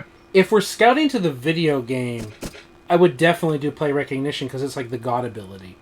How do you feel about the way the game like handles man coverage battles, like route running of a tight end, route running of a running back versus these linebackers? Because it's like you're gonna have these rare guys, these Brian Westbrooks, Christian McCaffrey. You're gonna have these guys that just like are a mismatch for like almost every linebacker. They just always make you wrong and they shake you. But other than those guys, linebackers can generally cover other dudes that are not Travis Kelce or whatever, right? Like, it's not just like every tight end is ripping linebackers apart. It's not that every running back is ripping guys apart. It's like the few rare guys. So, should their man coverage and route rating like kind of converge into something similar so it's like that? And you only have like the CMCs or the Travis Kelce's who have like the high route running that just surpasses most linebackers? Like, what's your thoughts? Agree, disagree, something different? I probably would agree. But nothing. Okay. So yeah. Yeah. Yeah. So maybe we do that for Mike's, right? Because whether we're 3-4 or not, we're like off ball patrolling the middle, right? So something else that like while I was looking at it, I noticed like the hybrid guys. I don't know how many hybrid guys we saw as like 4-3 style. I don't think we saw any hybrid for D tackles. Hybrid was 3-4. Hybrid was 3-4. And so was the left outside linebacker. You notice that? They don't have hybrid with 4-3 tendency. I didn't notice that, but now I see it. Now they say run stopper, hybrid balanced, but they're not saying like 3-4 versatile or whatever. And would Mike's have hybrid at all? Okay, the Mike's do have a hybrid. Okay, that's interesting. Hybrid prototype. For like those hybrid fronts. And I didn't see any D tackle hybrids. Maybe I missed it. Yeah, I think that's missing too. Because, like, I guess they just want to be anywhere between a 3 technique, like 0 to 3, right? Like, that's just, like, the only range. So, like, 0, 1, 2I, 2, 3, right? Like, that's all the positions they play. So they don't need hybrid, really. But defensive ends, are they, like, a 3-4 guy? Are they an outside linebacker guy? Like, an edge guy? Whatever. I guess that matters, right? Yeah. So I'm cutting a little low on time over here. All right, no, that was a good conversation, and we're like looking at almost 2 hours, which is like an hour more than you originally promised, which is like really appreciated. And we've gone far beyond Madden 17. So to close up, I can keep scouting on my own, but I don't even think we need to keep going to the video anymore. Tell me your final impressions on it, and then I'll tell mine, and then we can close up. Well, I'll say Madden 17, I prefer that scouting to Madden 21 and Madden 24's new scouting.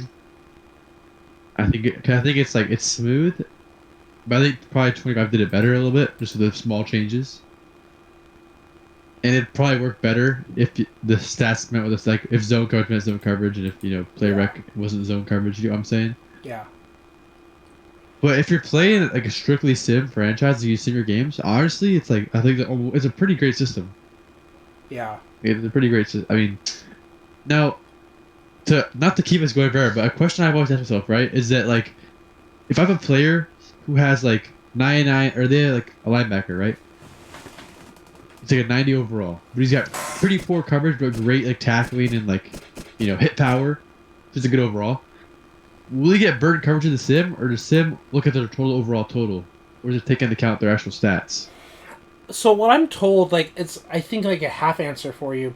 I'm told that sim really reduces what stats they look at.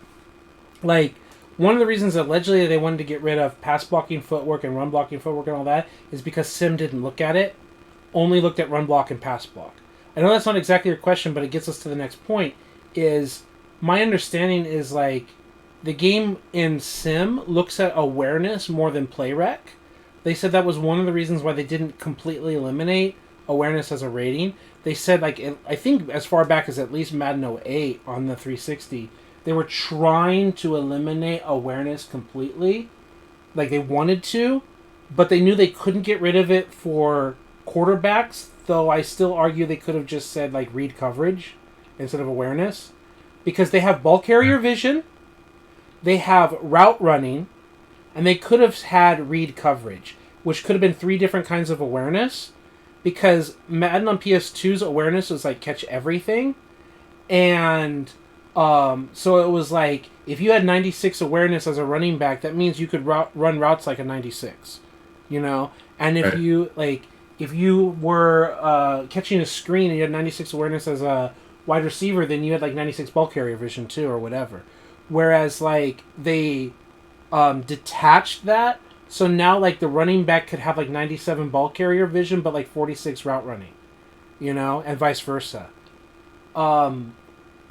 But they were like, oh, but what do we do about quarterbacks? And I'm like, just have a rating called read coverage or whatever. And like, oh, how do you evaluate awareness, bro? But my understanding is they lean heavily onto awareness in sim, that not ball carrier vision, not route running, all that stuff. It's just like awareness of corner, awareness of wide receiver, awareness of lineman, awareness of pass rusher. Like, I don't even think they consider, maybe like a pass rushing move, is it high or not? But I believe sim is like heavily based on awareness. I think it's like dominates things more than anything else when they do sims. Well, it's just like, who are their awarenesses? About that awareness, right? We did a test one time in Madden 21 where we gave him 99 awareness, but then we made his throw power like 50, just to get 85 overall, like pretty good quarterback. And he was still throwing like 70-yard piss missiles, like it didn't matter. Yeah. Like in the sim. Yeah, I'm pretty sure awareness is like the dominating stat because EA, like, they have to sim like a lot of games and a lot of players, if you will. Like, you've got like all 21 starters on offense, all 11 starters on offense, all 11 starters on defense, all 22 starters. Going up play after play or whatever in their sim, their quarters, their whatever, they're trying to sim stats. Because I think sim also doesn't care about quarter length or whatever. I think their basketball game had like sim quarter length as a feature, but that's 2K doing a good job. For Madden, I think that's just like a generic like sim stats. So they just have like basic calculations. And I think they just like pile like all the players like overall / awareness ratings like as like a generic calculator. And like just start doing like, are they a high overall, then they get good numbers. But also you said like there's like 70 overalls that like would have like killer numbers. And I think awareness is like, it's supposed to be the idea of like they're a smart player, they know how to play, so they're a gamer, and they just get better stats regardless of everything else. I think it's probably mostly just an awareness check of 22 plus guys and simming an injury happening or not, and then their backup is awareness. And just running sim numbers to just churn out how many players, like 53 players per team or whatever, on both teams for each game times 16 games, and still get you an answer within like a minute or so of running the sim for the week, right? I think it's just doing that. I don't think it's like individually calculating what one play would be or versus another. You know our sim playbook talk earlier today? Yeah. So, yeah, brought it back to that about right now. In Madden 24, right? Niners have CMC. And he'll lead the league, or he'll lead running backs in targets and receptions, right? But if you get a guy like Derrick Henry, who's not a good receiving back, and put him in that playbook, guess what happens? He'll lead the league in running backs, that is, in receptions and in receiving yards, even though Henry's not like a pass-catching back, you know what I'm saying? Yeah, leading the league is a problem, because I'm willing to bet that it's still looking at awareness and playbook, and it says utilizes running back in the passing game, you know? Because Henry's never been a receiving back, but put him in that Niners playbook, and guess what? He'll catch the hell out of that ball. Yeah, I think that I have like mixed feelings about that because like Tom Rathman is a fullback, and like, but he's not like a Mike Allstott fullback, and he wasn't a Lorenzo Neal fullback. And like with Bill Walsh, like they caught the ball all the time. Like Bill Walsh, it's very pretty much the same offense except the running game is power versus zone from the Shanahans. Is like a lot of their passing game is an extension of their run, like throwing to the flats. And Bill Walsh had like a lot of running back like check for the blitz and release kind of like routes, and taught Joe Montana and Steve Young, but especially Montana, like look for the deep checks, like the alerts, and if it's not there or how they go, you just check it down to your running back and fullback. Like Roger Craig, if you go look up Roger Craig's career stats, I love Roger Craig. he was a fullback in 1984 when they beat the Dolphins, and I believe had 1,000 yards rushing and 1,000 yards receiving as a fullback. Like, not your traditional Lorenzo Neal or your traditional Mike Allstott or John Riggins or Right. whatever fullback. He was just like, But the pause. God. Yeah, Roger Craig, he had receiving in his skill set from the beginning, right? It wasn't just like a system thing. Derrick Henry does not have that receiving kind of skill. No, That's I never get been in that. his game. I get that. I want to lay that as a foundation. It's like, if the playbook calls for that, it's like, that's how they want to manipulate it. So, if Derrick Henry were on the Niners, do you think Kyle Shanahan would adjust his playbook for Derrick Henry's skill set and only let him run the ball? Because one of the criticisms in Niner world is that like he targets guys who have that skill set, so he might not even have ever targeted a Henry. But if he did have a Henry, if like a Henry showed up, would he just use him as a bruiser, or would he teach him how to be involved in the passing game? Would he convert? Like there's so many layers to that, right? Right. What was I say? He definitely wouldn't make. He definitely wouldn't have Henry leading the running backs and receiving in the whole league. I'll say that for one. I agree with you, but like where is the line drawn? Like where would he actively use him? Would he Like, be he would- third in the league? Like what would they do? He'd probably be like, in the middle of the league because he's in the bottom of the league right now. He'd probably be in the middle. If you ask me. Now, if Alvin Kamara went to the San Fran, right? It's a much different. Yeah. It's much less bipolar of a switch, right? I can Right. see Alvin Kamara being a lead leaguer on the Niners. I can't see a guy like a Ken Walker. I can't see a guy like a Josh Jacobs being a league leading receiver for running backs, just because they go to the Niners. And how big is Derrick Henry? I mean, I don't really memorize. Isn't he like 6'3" ish? Isn't he one like the 6'3", really? Yeah. yeah, 6'3", 250. He's like Like, one of give or those take. Eric Dickerson like big guys, right? I mean, I'm not trying to make excuses for what you said. I agree with what you said, but like if you're trying to play devil's advocate, it's like he has that wide receiver, like big body Terrell Owens, 6'3" bully guys, not exactly 6'5" Megatron, but like doesn't he have that kind of body type that if Shanahan wanted to like mold him, like in that fantasy world, and like put him out there, like they do with CMC, but like instead of running scat routes, like still getting him the ball in a bubble screen with his body and just running downhill like they do with I Deebo could see Samuel too. screens. I could see screens for sure, but like I said, Henry he's more of a north south than an east west kind of guy. You know what I'm saying? Right. I Now, wonder. I'd say CMC is northwest, east, and south. He can go anywhere. Yeah. But Henry's more so just north to the south. He lacks that horizontal movement that a lot of guys have. He's more of a he hits the hole good and he's gone. He's straight. Right. So Yeah, I just wonder and, like, how they would do that. And it's not just like if he goes. It's like if the Titans like sign a Shanahan disciple in the Niners playbook, he will be like CMC and have CMC-esque stats. Yeah. Because Madden can't just tell the Niners to give CMC the ball. Because what if you sim 10 years your career and CMC's gone, right? Yeah. They can't just they have to find some way to do it, but the way they do it's just not very good. It's very flawed.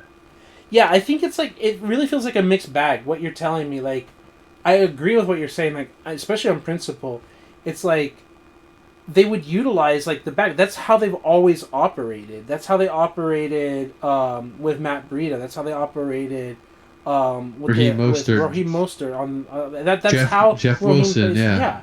Like that's what they do. That's who they target. That's how they teach their guys. Like, they need their running backs to act like receivers. They need their receivers to run block. Like, they have this, like, just like we've been talking about scouting here, they have, like, a skill. And I agree with you, and I definitely agree with what you showed me as, like, a mess. It definitely feels like 17 and beyond on the next generation of consoles, the PS4, the Xbox One, all of that, and probably PS5. Like, that looks like a mess. I think to also, like, Yeah. because you're running out of time and you gave your thoughts, you can tell me other things you want. I think for me, this thing is, like, my feedback right now is the numbers look messed up. Maybe 15 is too extreme and too easy to cheese, but at first glance at 15 yesterday and first glance at 17 today, 17 feels like a downgrade, whereas 15 felt like an upgrade. I really I'll like... say my sorry. Tell me. My last thought. I'd rather have too many points because you can house rule it, right? You can limit yourself, right? Yeah. But you can't grant yourself more points. You can use points on confidence instead of XP, whereas I can't just make more points show up, right? Yep. So, yeah, I think this right here is the step down from 15. I don't know if 16 is a happy middle ground. If 16 is more of this, or if it's more on the 15 side, or more in the middle. The scouting feels the same, and I really didn't like that we just lost points if we didn't personally scout. That really made me angry, because Madden 25 doesn't do that, and I've got to test if Madden 15 does that or not, or if it's a 16/17 problem. But I think overall feedback is 17 is, I feel, is worse than 15. I think that's a fair statement. At some time I'll get Madden 17. Well, I have it, but I'll put it on my computer, on the Xbox One, and you can look at that side by side. That would be great. Maybe we can do a video for your channel, huh? Yeah, maybe. We also can do a Madden 25 side by side as well. Yeah, Compare the differences. that would be Because good. Madden 25 on Xbox One and 360 are very similar. But Because it's the first game to cross over, right? But Madden 2017, completely different. But let's look at 15, because for me so far, I know I'm jumping the gun here and it's not my final answer, but on a surface level, I'm thinking 15 I'm liking more than 25.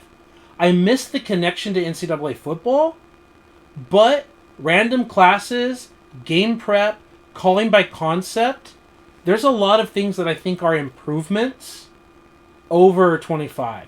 25 was my favorite game because it was the last one I played and it was good. It is good. But playing 15 has like a lot more pluses than the other way around. I would be interested to see what 15 on Xbox One or whatever you have on your computer could be, you know? Yeah. Yeah, I think today was very productive as we just went over the 2-hour mark, okay? So, thank you, Retro Rewind Sports. Any other final thoughts, let me know. Otherwise, I'm out. My final thought is just thanks for having me. You know, it was a good time, good chat. And I enjoyed being here and talking Madden, talking football. And each of you out there watching, you're an absolute legend for making it this far. Thank you so much.